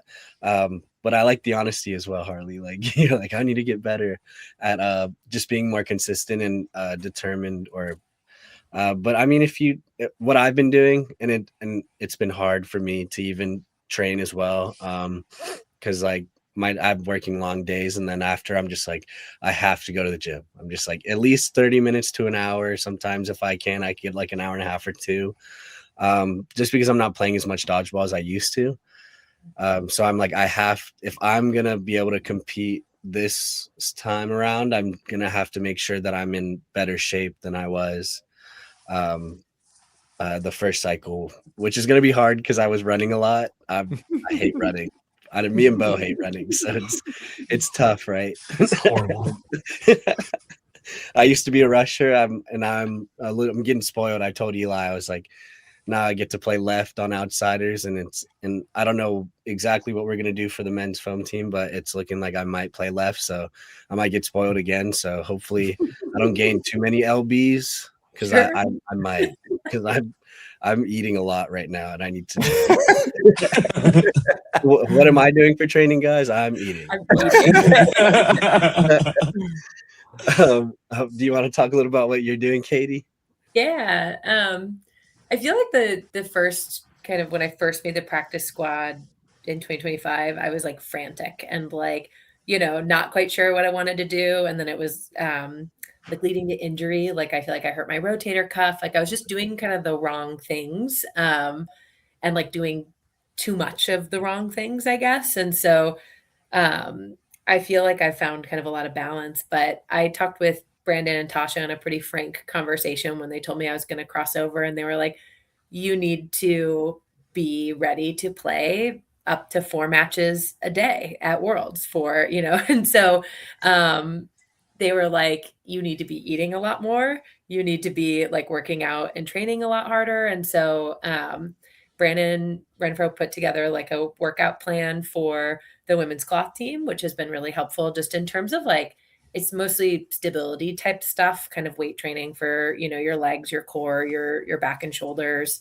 So I do that every week. Some like I'm doing a lot of sprinting stuff, which sort of to you, Shota, like I've been spoiled on my like club team. I'm like, I don't have to run much. I didn't have to do that. And then they throw me on mixed and I'm like doing the pitch back every time for the most part. So I've been running, I've been working on my mile time, and I've cut like, it's kind of crazy. I've cut like a minute and a half off my mile time in the last like let's go. So yeah, like I'm having fun. I do something called Legree, which is like a intense kind of like core Pilates type training. I do weight training, agility stuff. Like I'm going ham a little bit right now, but I feel like I'm in a balanced way, preventing injury, trying to do stuff to like take care of my body, and less like, let me just go all in like I was when I first made it and was feeling kind of, you know, that panic mode. So yeah, that was like a blah of an answer, but I feel like it's been kind of fun.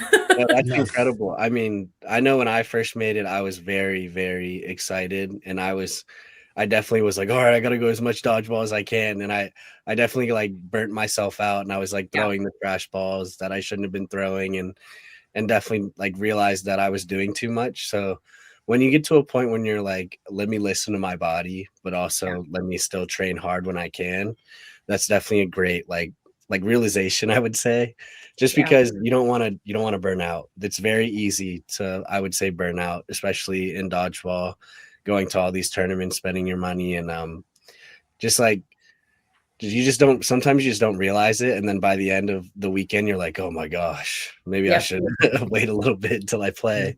So just remember, always take your breaks. Call BetterHelp. No, I'm just kidding. That brings us to our sponsor, BetterHelp. But what's it called?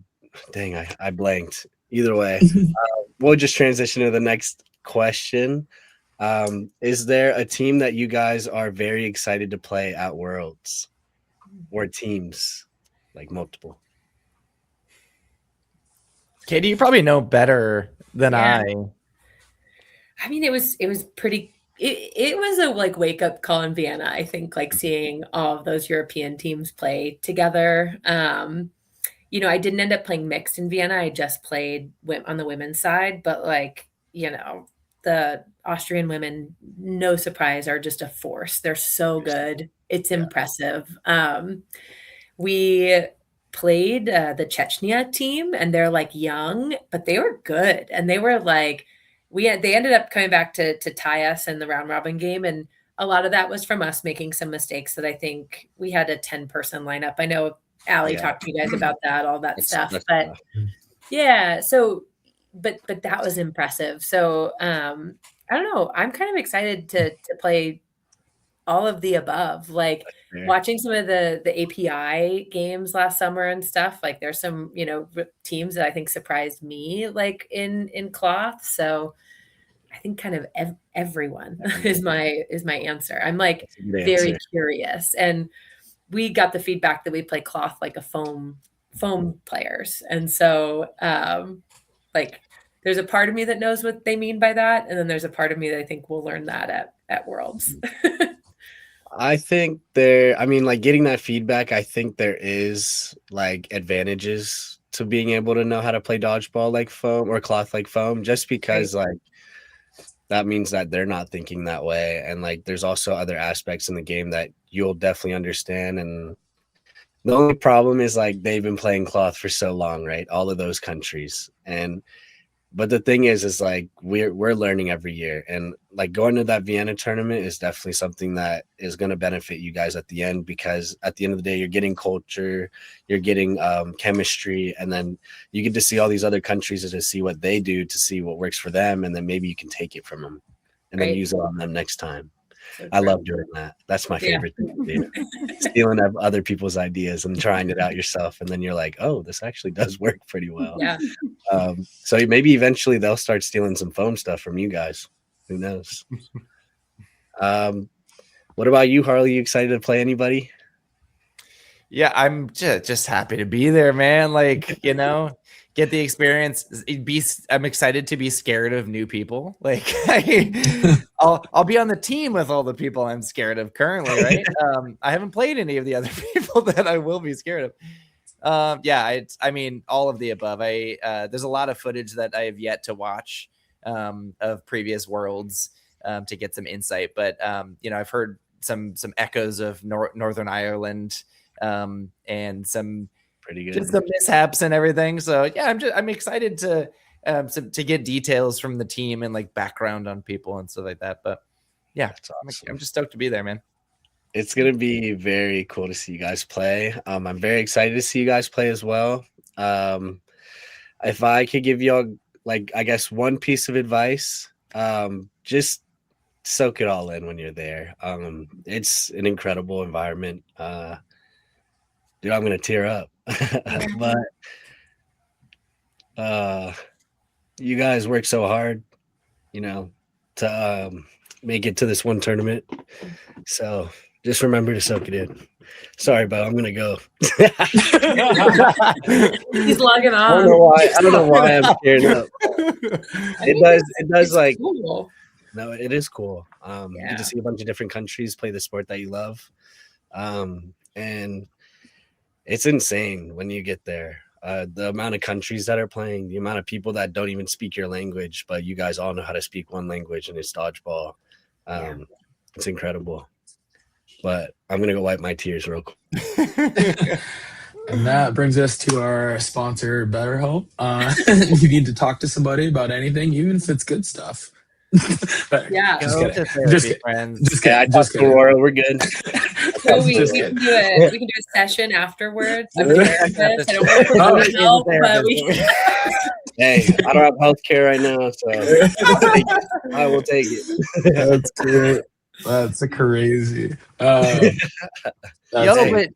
Show though, like at the con, like given I haven't been to a Worlds yet, but like at the combine, just doing the like Team USA chant, it's like you're right. You're totally right. Like those emotions come out, right? Like yeah, for sure. It's like we're here doing this. Like this is Team USA. This is. So it's really cool because like normally when you play, right, you're just traveling the United States, and then when you go represent like a country that you've always grown up in a different country, that like you just see a bunch of different type of people, and you're just like, dang, like I get like that's when I think I got imposter syndrome. I was like, wow, like this is different, and then all that preparation. It just pays off, right? And then like the people you're with, you're just gonna remember everything. Just soak it all in. It's gonna be cool. I'm excited for you both. Thank you. Yeah. Of course. Appreciate you saying that. Oh yeah. All right. It took what 13 episodes for me to cry? Dang. All right. 26th episode, I'm gonna cry again. No, that's good.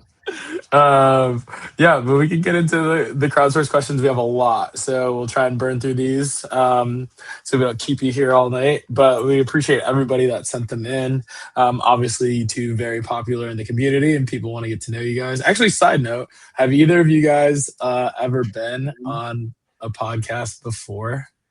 No. Especially like dodgeball related. Not one like this. No. Okay. First ever. Okay. Yeah. You did it. Okay. We're cooking. Part of the reason why like we chose you guys is because one, like the PDX connection I think was cool. But also we've been trying to get people that maybe people haven't heard a lot from. So we can get their stories out there, because I think that's a really cool thing that Kim did on his podcast. I think Ryan McComb on Bromance is doing a really good job of selecting guests that like a lot of people haven't heard from. So and I love Harley selfishly, and Katie, I think Katie, like I've always liked watching you play, and like anytime we chat I always have fun chatting with you, and I think it's cool to get like your guys' stories out now. So it's really cool that like you guys haven't done one of these before, but you guys are doing a great job. You guys were really worried coming into this, but you guys are doing a great job so far. I'm the one crying. Remember that. I'm the one crying. That's true, but it's a good thing. I think it's a beautiful moment, Joe. Yeah, that's great. It's a great moment. Good we're not TV, man. I don't know. Yeah, we're not gonna clip it or anything. So. I'm doing it for the views. I'm doing it for the views. I'm not even crying. I'm honored. Yeah, I'm honored that you cried in the Portland one, man. Yeah, of course. Showed us clip farming. All right. So first crowdsourced question is from Morgan Draps.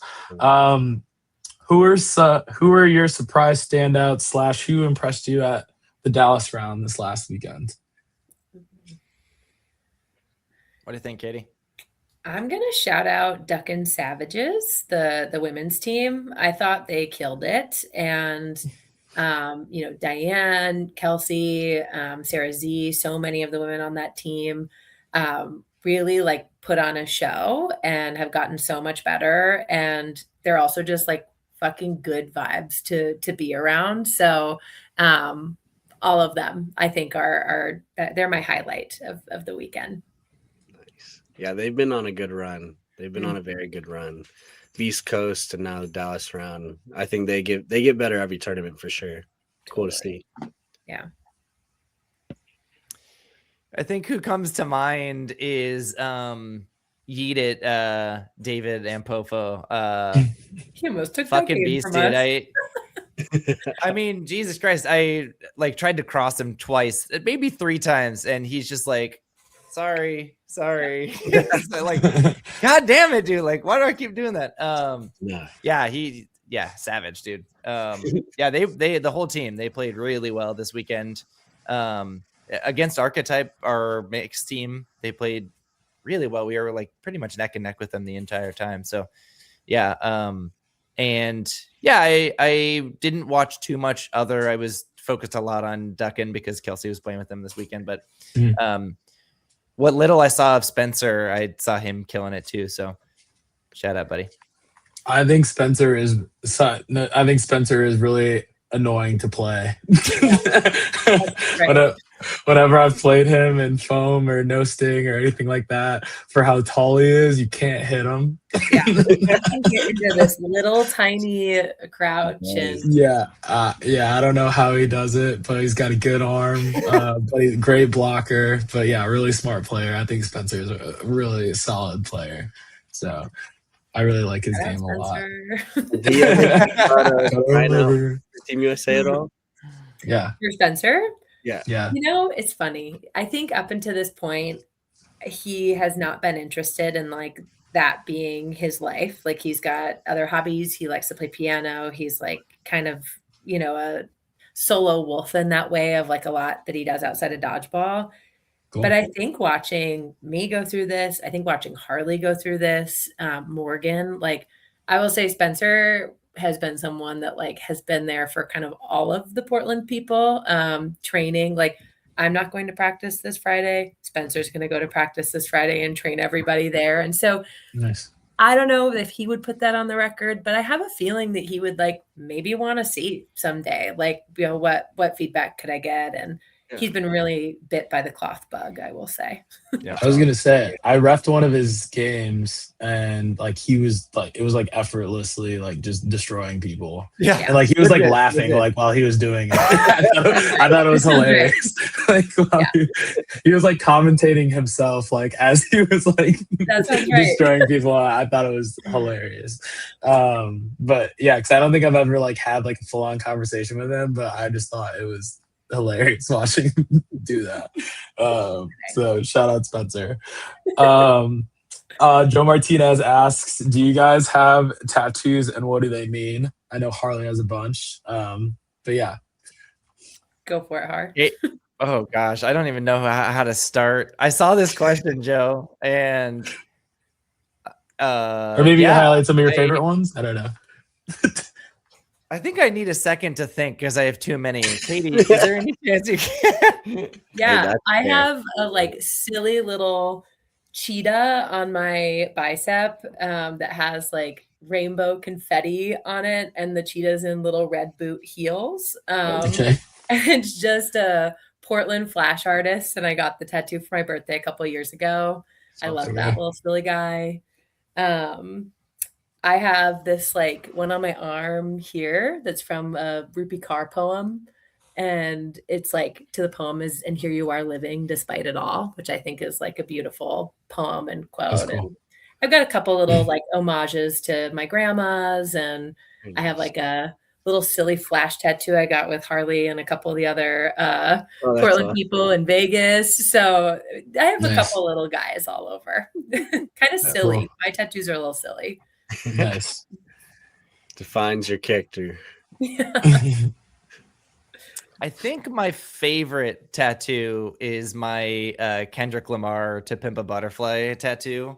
Oh, cool. Okay. That's cool.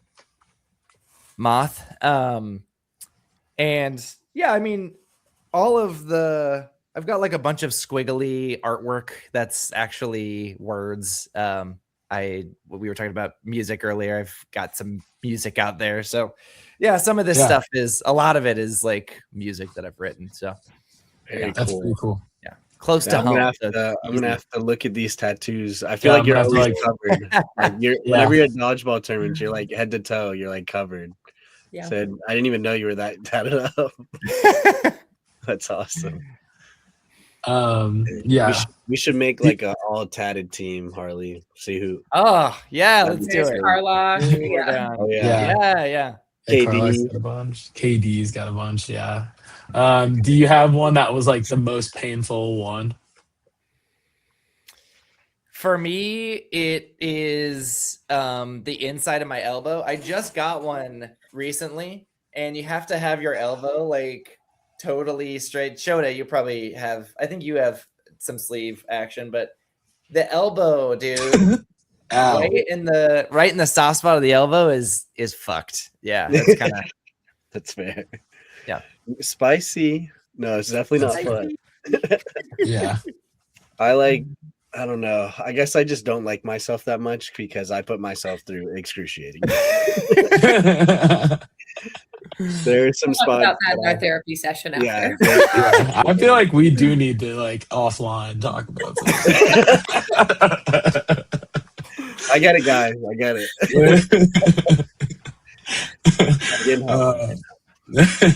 it. Katie, did any of yours hurt or? Mine are in kind of easy spots. I had mono when I was in college, and that was when I got I have a pretty big and like shaded one on my back, and I lost like a stupid amount of weight when I had mono. And so when I did get that tattoo, I was like skin and bones. So oddly enough, the one on my back probably hurt me the most, but that's just because I was like really bony at the time and not because it was in a spot that particularly hurts. So mine have been chill. Yeah. Yeah. My friends. Go ahead, Bo. Go ahead. No, you go ahead. You want to kiss? Okay. Some of my friends that are like pretty skinny, like when they get tattooed, they feel every bit of it because it's like skin and then bone, and they're just like struggling in the chair. And I'm like, do you need to hold my hand? Like, what do you need? But I totally understand. What were you gonna say, Bo? No, I was gonna say like to Katie's point, like I thought the only one I have is forearm, and I didn't think this was really bad at all. It was just annoying. It was just annoying after a while because it was just all one session. Just wait. Holy shit! One session? Yeah, it was It was like 6.5 hours. That's actually pretty good. Wow. Yeah. It was the wrist bone, like right here. That was the only part that kind of sucked. Yeah, that's a little rough. Yeah, when he put like the outline on there, he just started laughing, and he just pointed to that, and he was like, this part's gonna hurt, and that's where we started. It was right there, and I was like, I don't know. I was like, I don't know if because we went like bottom up. Fuck around, man. That's funny. Yeah, I was like, just better to go through the hard stuff first, and then way by the end of it, you're just like, oh, okay, it's not as bad as I thought it was. Yeah, it wasn't that bad. All right. Gage Young asks, who are you looking forward to seeing at Worlds on the foam side of things? Whoa. Gotta shout out my girl Morgan. Sorry. Sure. She's my number one. I mean, yeah, I have to agree. I mean, I always love seeing Shota jump around and do crazy fucking shit, but I've got Morgan's guitar behind me, so I have a soft spot for Morgan as well. That's cool. Yep. Hell yeah. Morgan had a really good start to her USA career in Mexico, so yeah, she did. Already has one international gold under her belt, so cool. Miles Garner asks, well, first off, shout out Miles. Thinking about you. Hope you get well soon. But yeah, I saw the news today. For Harley, he asked, "What's the score?" I'm sure there's a backstory to that. 0-0. I was thinking about this. Yeah, I mean, it must be 0-0. Yeah. Okay. I don't know if he just asks what's the score a lot, or if you ask what's the score a lot, because I know I do that sometimes. Or my brain's just not working today, and just like, what the fuck did we talk about? Like, I don't know. And then he asks for both. Who or what is something that impressed you over the weekend? You guys kind of talked about Ducking Savages and stuff like that, but is there anything else like in particular? I mean, I was impressed with just like how talented every team was this last weekend. I feel like usually there's like a few standout teams, and there's some others that are like, okay, like, you know, it's a little more casual. This last weekend was really competitive. So I was just impressed with how high level it felt like all the dodgeball was. It didn't feel like there were any breaks this weekend. Yeah. The FOMO is real. Yeah. I was pleasantly shocked to like how many competitive teams were down there. It was a hard tournament. Like every round robin game was hard for us. So there were no breaks. For sure. Ali Vizcarando, shout out Big Al. Asked Katie, what has been your favorite dodgeball moment this year? I mean, Mexico City was pretty amazing. I think Shoto, when you were crying earlier about just like, what it meant to be representing your country, that was like a really special moment. And like, this is kind of a dodgeball moment, kind of not, but like my grandma's been getting really into dodgeball this year. And Hell yeah. That's she cool. lives in Chicago. Shout out Chicago. She called me today and was like, she remembered all of our round robin matches. She was like, you guys were on the stream all day on Sunday. I like forgot to send her the link. She was watching it all herself. And so like a personal kind of favorite dodgeball moment has been like sharing that with family, getting people in my life like really excited about dodgeball, who I think when I first started playing this sport, they were like, okay, Katie, like you're playing adult dodgeball, and now they're like, oh my God, you're on Team USA and they're watching me and things. And so, those are kind of some off the court dodgeball favorite moments, but it's been really quite special. That's awesome. Yeah. Shout out grandma. I know. That's awesome. Let's see. I mean, I guess the same question for you, Harley. Do you have a favorite dodgeball moment of the year? Even though this question was for Katie. I mean, like a year of winning a couple of medals, which I haven't done before, which is really cool. But yeah, I think like being at the combine, it was just incredibly special. And just being in the presence of so much incredible talent and incredible people is like, it's hard. It was kind of hard to leave. And like go back to reality a little bit, knowing that it's like, oh, like, okay, we're done. And I'm away from all these people, so I would say that's probably the highlight. And yeah, I think leading up to and selection and like those things happening, I think, I don't know, just Kelsey being so awesome with like, it's so rough because when everything was announced, it was so shitty because mine happened first, and then I saw that she didn't make the women's team, and it was almost more of a like I was super stoked, and then I was like, "Fuck!" Now I'm super bummed. But yeah, just like how incredible she's been with the process, and like, hey, it's a bummer, but it's like, she's really proud of me still. So anyways, it's hard not to feel romantic about that notion. You know what I'm saying? So anyways, yeah. It's good that she has the right mindset, because like I know a lot of times you can go and run into a problem of like just getting down and not really being able to stay focused after. But it's good that she's has you where you're the support system, and then she has a good mindset, which is going to take her a long way. So yeah, for sure, be good for her. Yeah. It's gotta keep showing up. Oh yeah. Let's see. Andrew Kim asked not a serious question, but who is your least favorite person in dodgeball? He says y'all are too nice and need to add some meanness to the pod. To his point, like you two are probably too like so the nicest. Nice. I can't remember. Somebody DM'd me today and said this is gonna be probably the most polite podcast. I think it was Sam Sayward. I love that. Yeah. So, and then I replied, I was like, why don't you just say why it's Andrew Kim? Andrew. Yeah. But no, Andrew's great. That's my Korean twin. But Ashley Elder asks for Katie, how has your experience been playing with Flex this year in both Vienna and Dallas? We'll start with that because she has a couple questions. Gosh, phenomenal. I mean, those women they're goofy and they're fucking amazing dodgeball players, and they are some of the most encouraging people. It's been lovely. Like I truly can't say anything but great things about playing with Flex. I think I'm in this like interesting part of my dodgeball career where like I do have these goals of like I want to make Team USA, but I also want to be like the best player I can be on Team USA. And that's kind of the mentality of a lot of the women on that team. And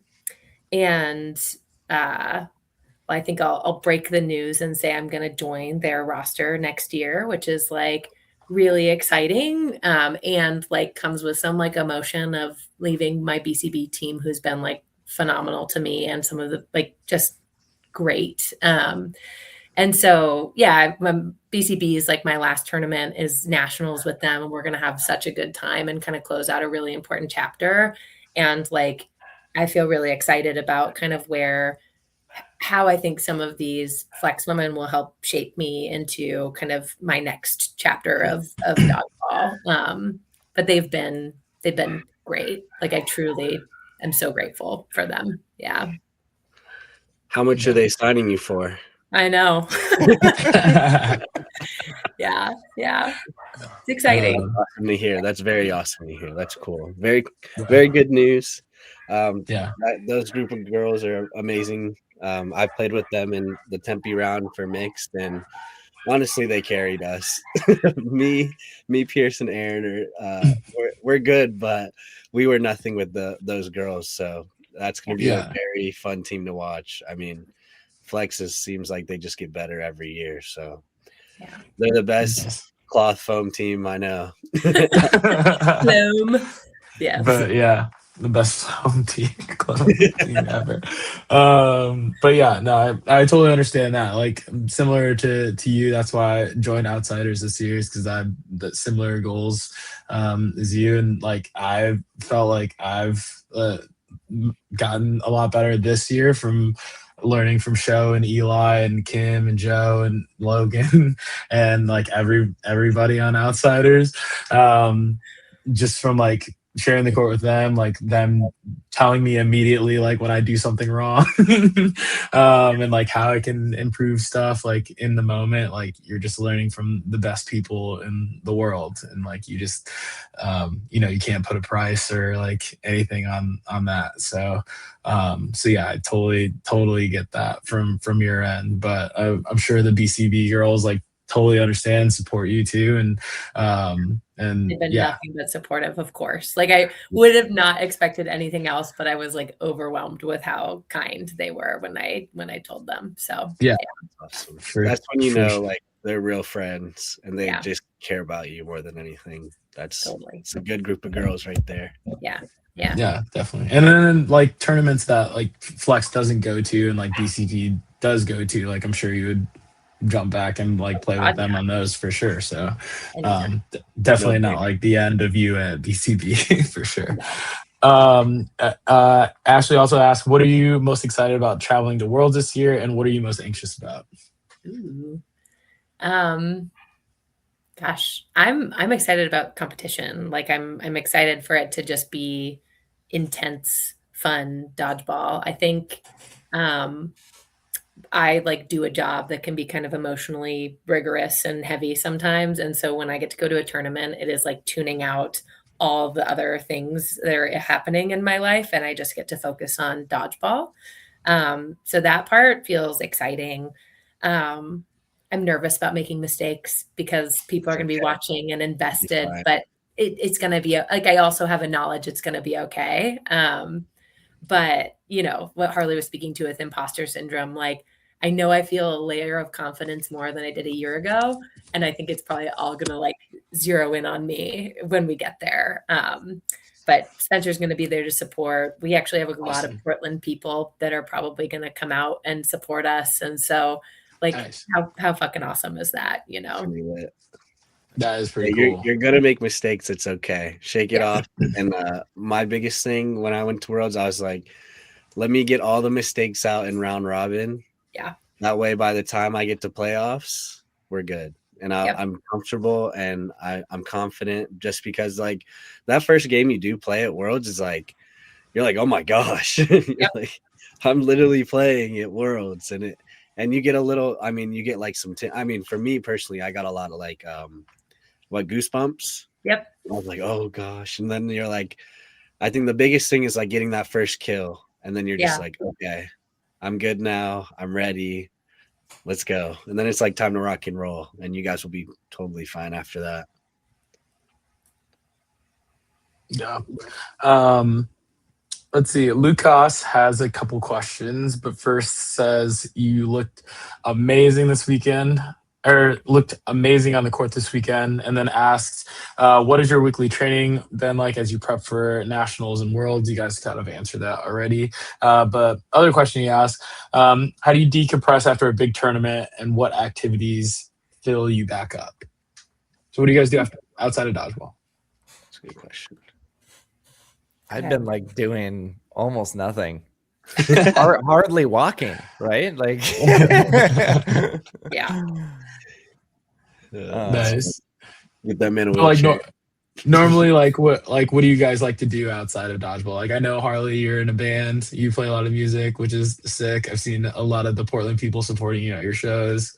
But like, what else do you guys do? I knit. I'm big into knitting. Like my sister's coming to town this weekend, and we are going to sit our asses on my couch, probably binge watch all of the Spider-Man movies, and just knit for hours. And I feel like I need that desperately. I work on like the second floor of my house, and I was so sore the last 2 days. Like I was like hobbling up the stairs. And so I'm like ready to just be relaxing and working on a sweater or whatever I'm working on this weekend. Okay. Yeah. I think in a different sense, well, maybe similar sense. I started building guitars recently, which is why I pointed at Morgan. So I made one for Morgan and Jackie. And so Morgan's buzzes a shit ton. So I've been like taking it apart the last couple of days and like trying to troubleshoot to see why it's having problems. But that's cool.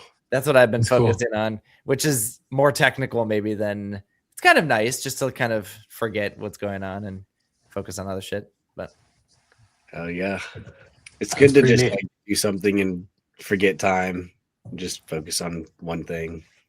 Yeah, legit. Yeah. David Levitt has a couple of questions, but says, so proud of y'all, PNW love. For Harley, you and I have talked about this before, not really a question, but a statement, but you and I have talked about this before, but love Fallout as a fit for you. I feel like it's a team that plays exactly the way that you want to be playing, and the growth from watching you has been crazy.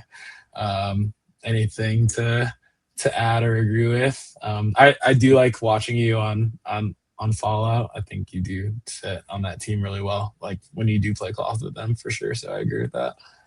Yeah, I mean, I think it's just a change up. You know what I'm saying? Like, I'm really used to playing with the Rose City guys. Love those guys. But, it's nice to play with new players that you don't play with like super often sometimes. It just gives you a different perspective, for me at least. So yeah, love that. Definitely. And then for both, where have you seen the most growth in yourselves on the court this year? What do you think, Katie? I think in my ability to handle when I make mistakes. Like, I think in Dallas that felt true of like, there were moments I did some dumb shit and I was just like, okay, like saw that, know what I need to do different. And like, I can just kind of focus moving forward, or kind of knowing when I need to pull myself back. Harley, we had a lot of conversations, you take the corner for a couple of games. I need to like reset. I'm doing some dumb stuff. And just the ability to recognize when I'm making mistakes and not get really, really down on myself, which I think in the past, and like, gosh, as a kid playing soccer and stuff, was like, if I got a goal scored on me, I would like cry, and so that's just been like growth for me, throughout my life. But it's hard. That's like an ongoing process to not just rip yourself apart when you do something dumb. For sure. You got to be what does Ted Lasso say? You got to be a goldfish. Yeah. Goldfish. Goldfish. Yeah, I think I've been working on the same stuff, right? Like I feel like I'm super hard on myself, and that's probably my worst dodgeball quality is like getting really upset in moments where it's like being able to reset is super important. So I think that mentality has been helpful to work on and be, when you're put in situations that are really intense, it's kind of a good litmus test for that type of thing. I think also my blocking's improved. In Tempe, like my Bo, you can speak to this. What I wanted to do was like drop the ball and go for a catch like you might in no sting. And I got my hand swatted so many times for for doing that shit. But yeah, I felt like the blocking has gotten better. And it's a lot more reliable than it used to be, which is good. Very good.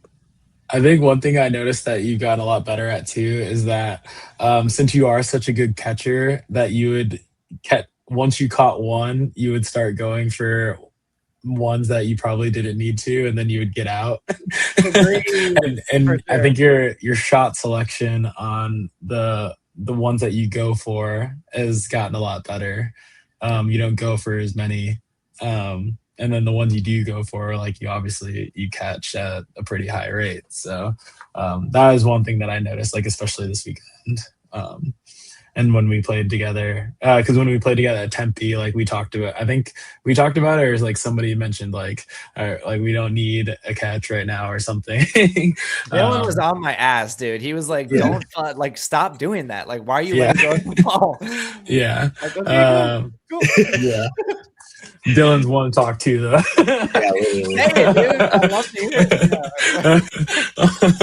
it. but yeah, no, I think like your like thought process on that has gotten like so much better too. Ryan McComb asks a couple questions for all of us. He says, well, for the both of you, I feel like there's a million cloth rules and it gets updated every day around noontime. Is there a cloth rule that you guys would like added or changed? I have one for sure. Go for it. I want to hear yours. My one is that I think that it's silly that, I think it's silly that you can't save your teammate. Yeah.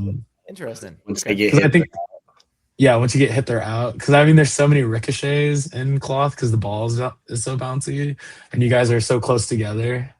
And like the ball's big, and you guys are close together. Like you should be able to save your teammate. But since it's a numbers game, like I guess I understand why. But isn't it still a catch though? Like somebody comes in, right?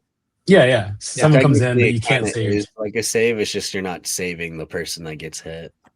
I know, but I'm saying like catches would be worth like even more.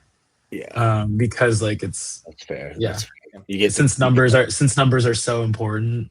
Yeah. Like you save your teammate and they get somebody. I don't know. I think I listened to Stefan talk about that, and he was like, "It's just like luck or something." He was like, "It's they didn't want to reward lucky plays or something like that, so that's why they did that." But I totally agree. I like it like I'm not gonna lie. Yeah, I kind of agree with that one. I think sometimes there's parts of like the nuance of the invalid stuff that can be annoying. I had one that my ass got saved in Dallas, but I like dropped my ball and I was maybe going to go for a catch and I didn't, but my ball, when I disarmed, slowly rolled over.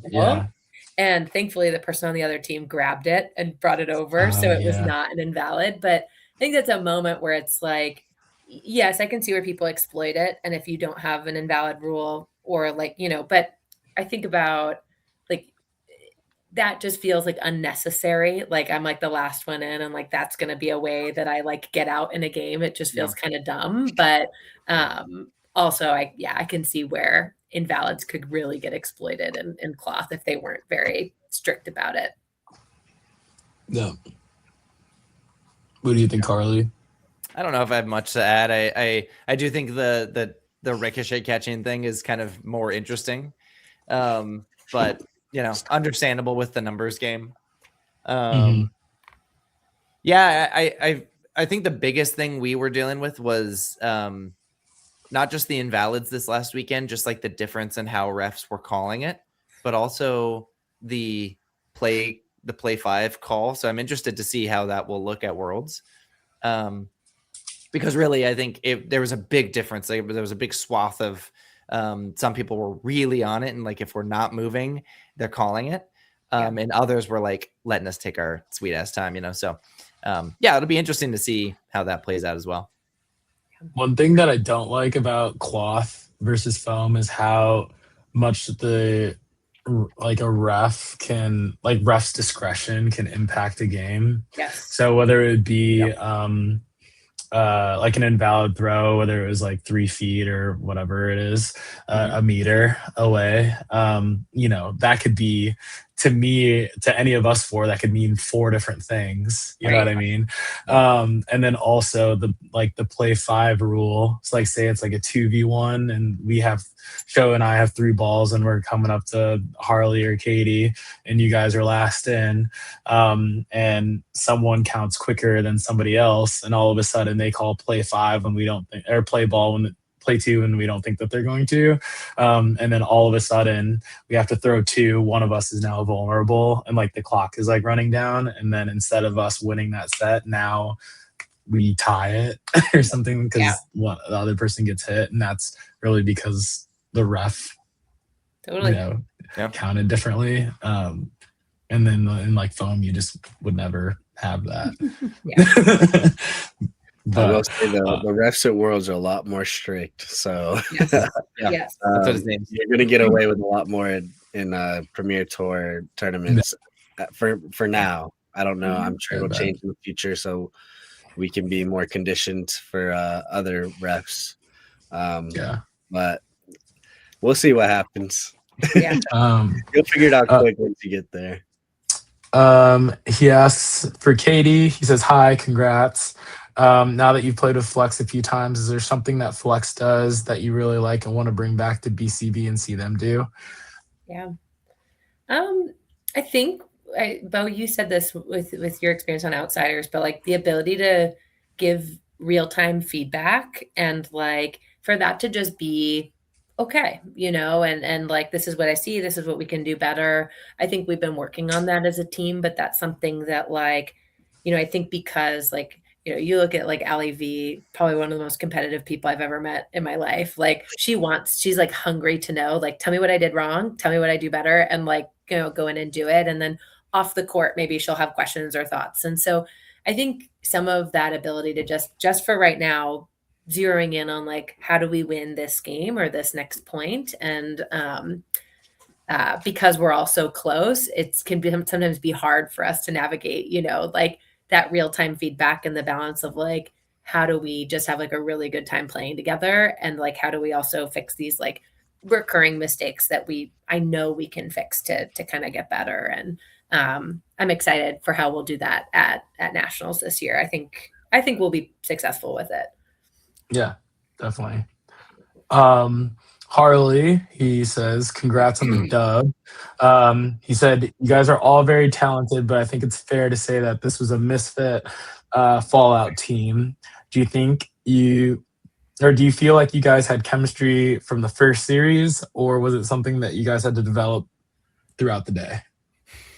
I mean, I think a lot of us have played together to some degree. And I know that we had a couple of guys from Protect-Your-Neck, the team that's no longer RIP Protect-Your-Neck.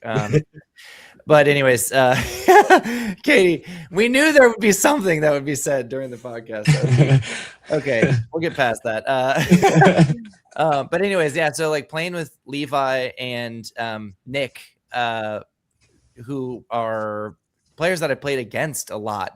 Mm-hmm. But I know Marshall used to play with them a lot, like really frequently. So I think we all had experience playing with each other to some degree. So it wasn't that tough to like find the gaps, if that makes sense. If we went in totally green and none of us had played together, I think it would have been completely different, right? Even with the skill level staying the same. So I think that helped a lot. Definitely. Yeah, it was impressive how well you guys were playing together, like without really kind of like being like you guys weren't like an actual team. Mhm. That makes sense. Yeah. Nicola is insane. I played with him in San Diego a couple years ago, and like he was just toe shotting everybody. And that was the first time a lot of people had seen him, and everyone was like, "Who the hell is this guy? Where the hell did he come from?" And everyone thought he was like an alien or something because he was just destroying everybody and like didn't speak at all on the court. It was just toe shotting everybody. Yeah, he was crazy. But yeah, everybody on Fallout played really well this last weekend. And then he has a question for me. He says, now that you're a permanent Dallas resident, kill, fuck, marry time, Frontier, Spirit, and Southwest. I will kill Frontier because they canceled my flight to and from Dallas.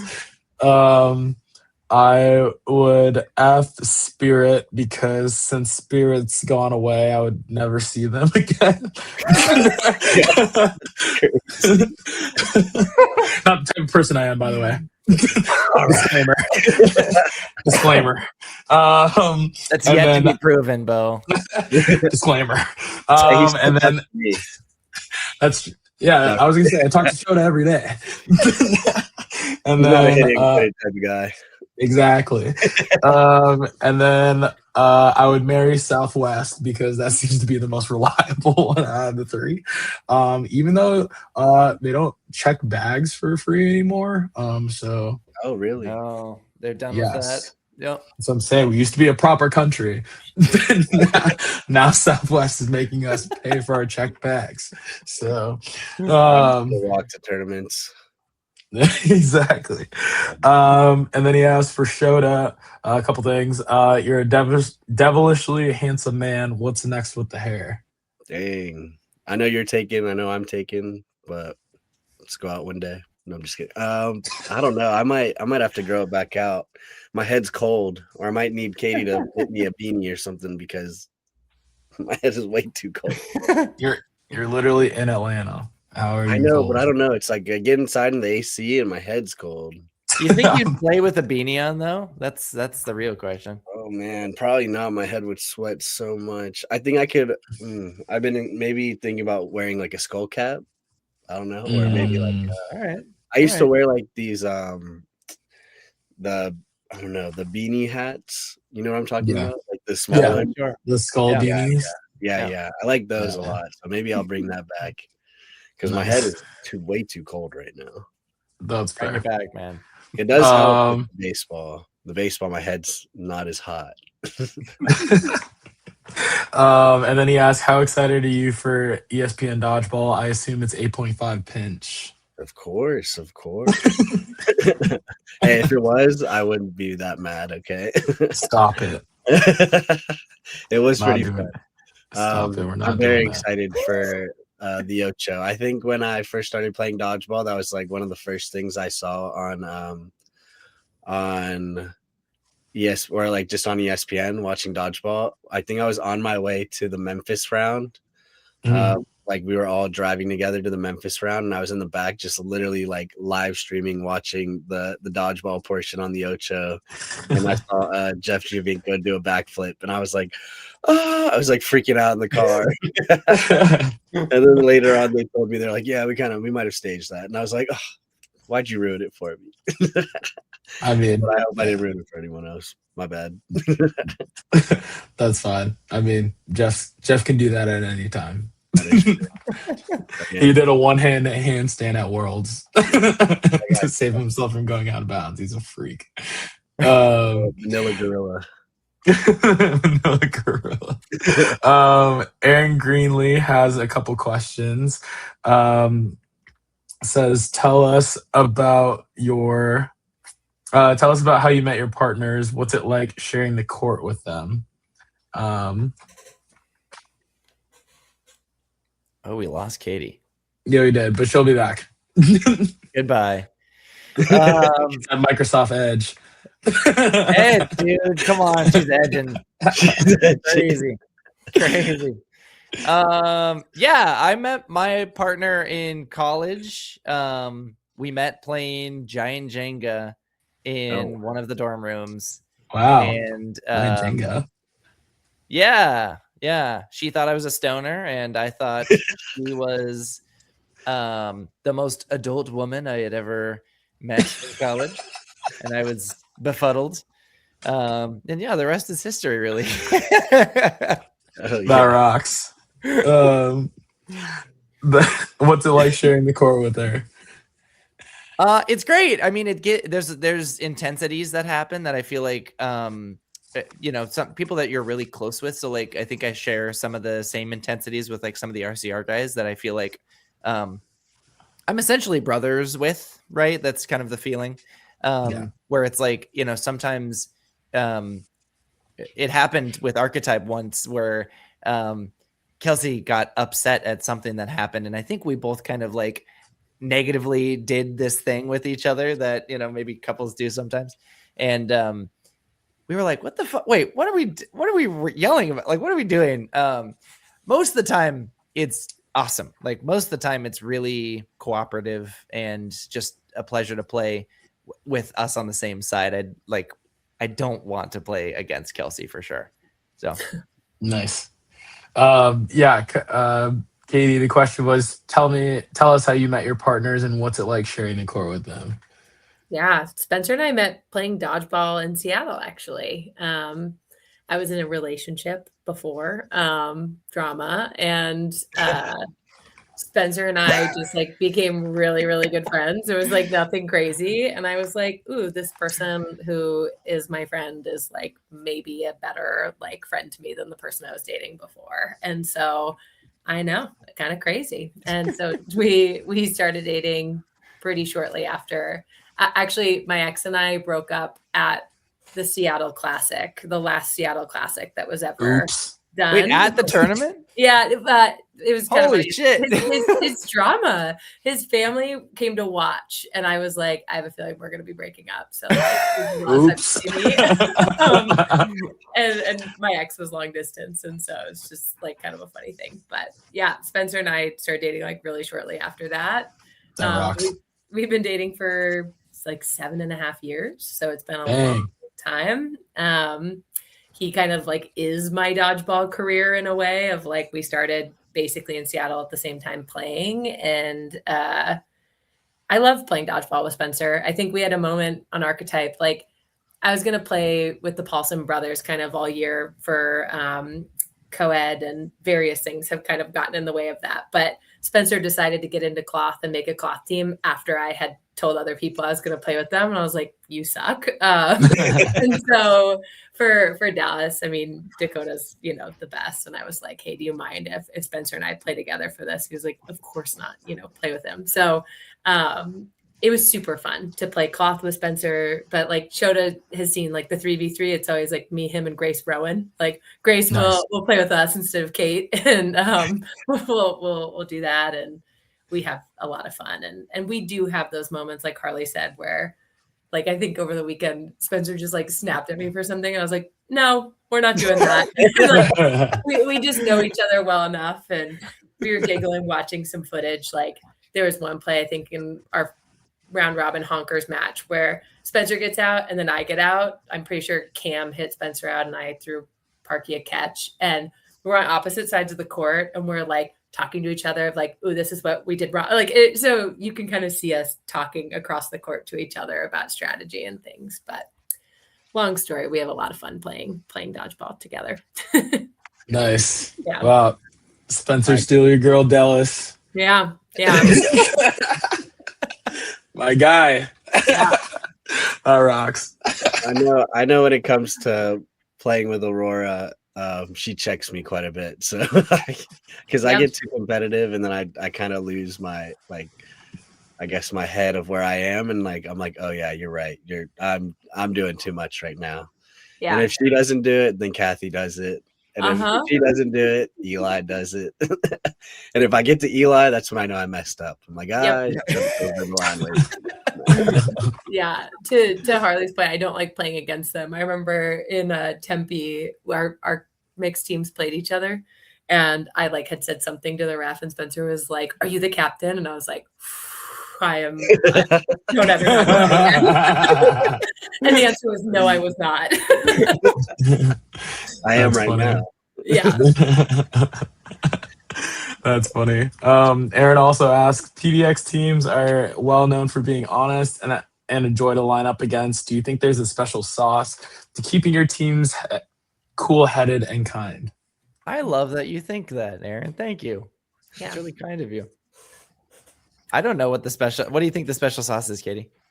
I think the special sauce is that at the end of the day, we're adults playing dodgeball. So like when it comes to honesty and things, like someone on the stream actually was talking about Spencer. I can't remember what match. And they're like, that's the most honest player I've ever seen play. And people say that about him a lot. And I think it's true of a lot of Seattle players and a lot of Portland players. And, you know, people aren't always going to feel themselves get out. I'm sure there's moments that I'm out and I don't know it. But if I feel that I'm out, I'm going to take it, because that's just like, it's not just the dodgeball player I am, but I choose to be that kind of person in my personal life. And I think the Pacific Northwest is a group of people who tends to care about their community and show up for people in that way. So I think it is not a surprise that it would show up in our dodgeball playing too, that we're like, not really out to pull a fast one on another person, but just kind of here to share the love of a sport together.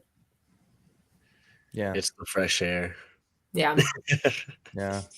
I mean, at the end of the day, I miss the air out there.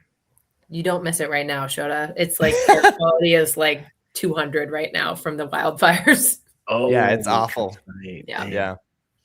All right. Well, maybe I am glad I'm No, you're so right though, Katie. Like we're all adults like paying to play a sport. You know what I'm saying? It's like we could be assholes, but like I don't know. I think there's some history with Portland showing up in a way that's like really negative in the past. And I think a lot of us are like, fuck that noise. Like none of us want to feel that way and like be those people. You know, so I think it's holding ourselves to a higher standard and like teams accountable, because truly if you aren't a player that feels that way and like shares that passion for like you know, holding ethics above other stuff, you're not gonna fucking play with, you know, teams that go to USA tournaments, you know. So that makes sense. Hot take. Maybe not. hot take. I don't think that's that hot of a take. Maybe for some it could be. Who knows? Yeah. Actually, you're probably right. And then Coach Jeremy has a couple questions for all of us to round us out. Coach asks, Harley, why did you choose cloth over foam, and why do you regret it? Jeremy, we could have been talking, man. No, I don't know. I have felt for a long time that foam is like way out of my reach. Y'all are fucking nuts. Like foam players are crazy. Anyways, that's felt completely out of reach for a long time. I was like, okay, cloth is a lot more in my alley for expertise. So that's the short end of the reason there, Jeremy. Harley likes to use his brain and there. He asked Katie, who's the next big breakthrough from the PNW? Ooh.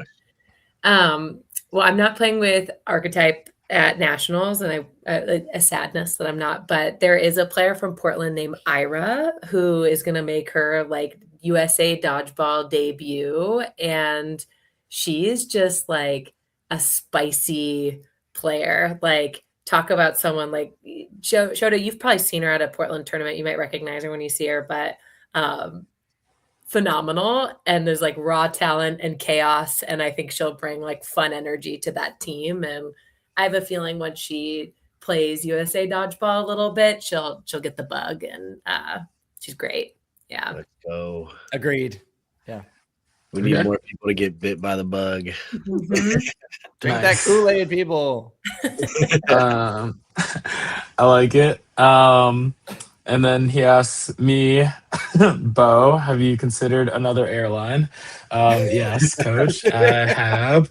It wasn't my first, second, or third choice, but what I've learned is that I need to book flights earlier, and I have. So the next travel that I have, we are good.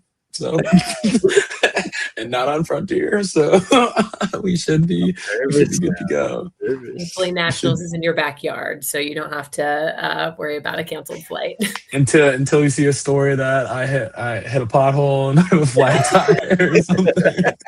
Get swept up in a tornado and can't make it. Oh, I mean, you guys probably see my stories of like me riding my one wheel to work sometimes. I hit not a pothole, but like where like the bridge, like there's a bunch of bridges in Chicago, and where like a bridge like connects to the main road. Like I hit that and got a flat on my one wheel. Oh no! So crazy you ride a one wheel to work. I love those, but like you're gonna get fucking injured, dude. Oh I've ridden them like every day, like in Boston and in Chicago. I don't know. It's nothing yet. Calm. Nothing yet. All right, you're clean. You're clean. Okay. Knock on wood. But yeah, flat tire right now. So right now in life, I'm hooping right now. Let's see. And then coach, last question for show. What was your workout today? Oh man. Well, I guess this podcast is my workout for my brain. Nice. It's late. I'll work out tomorrow.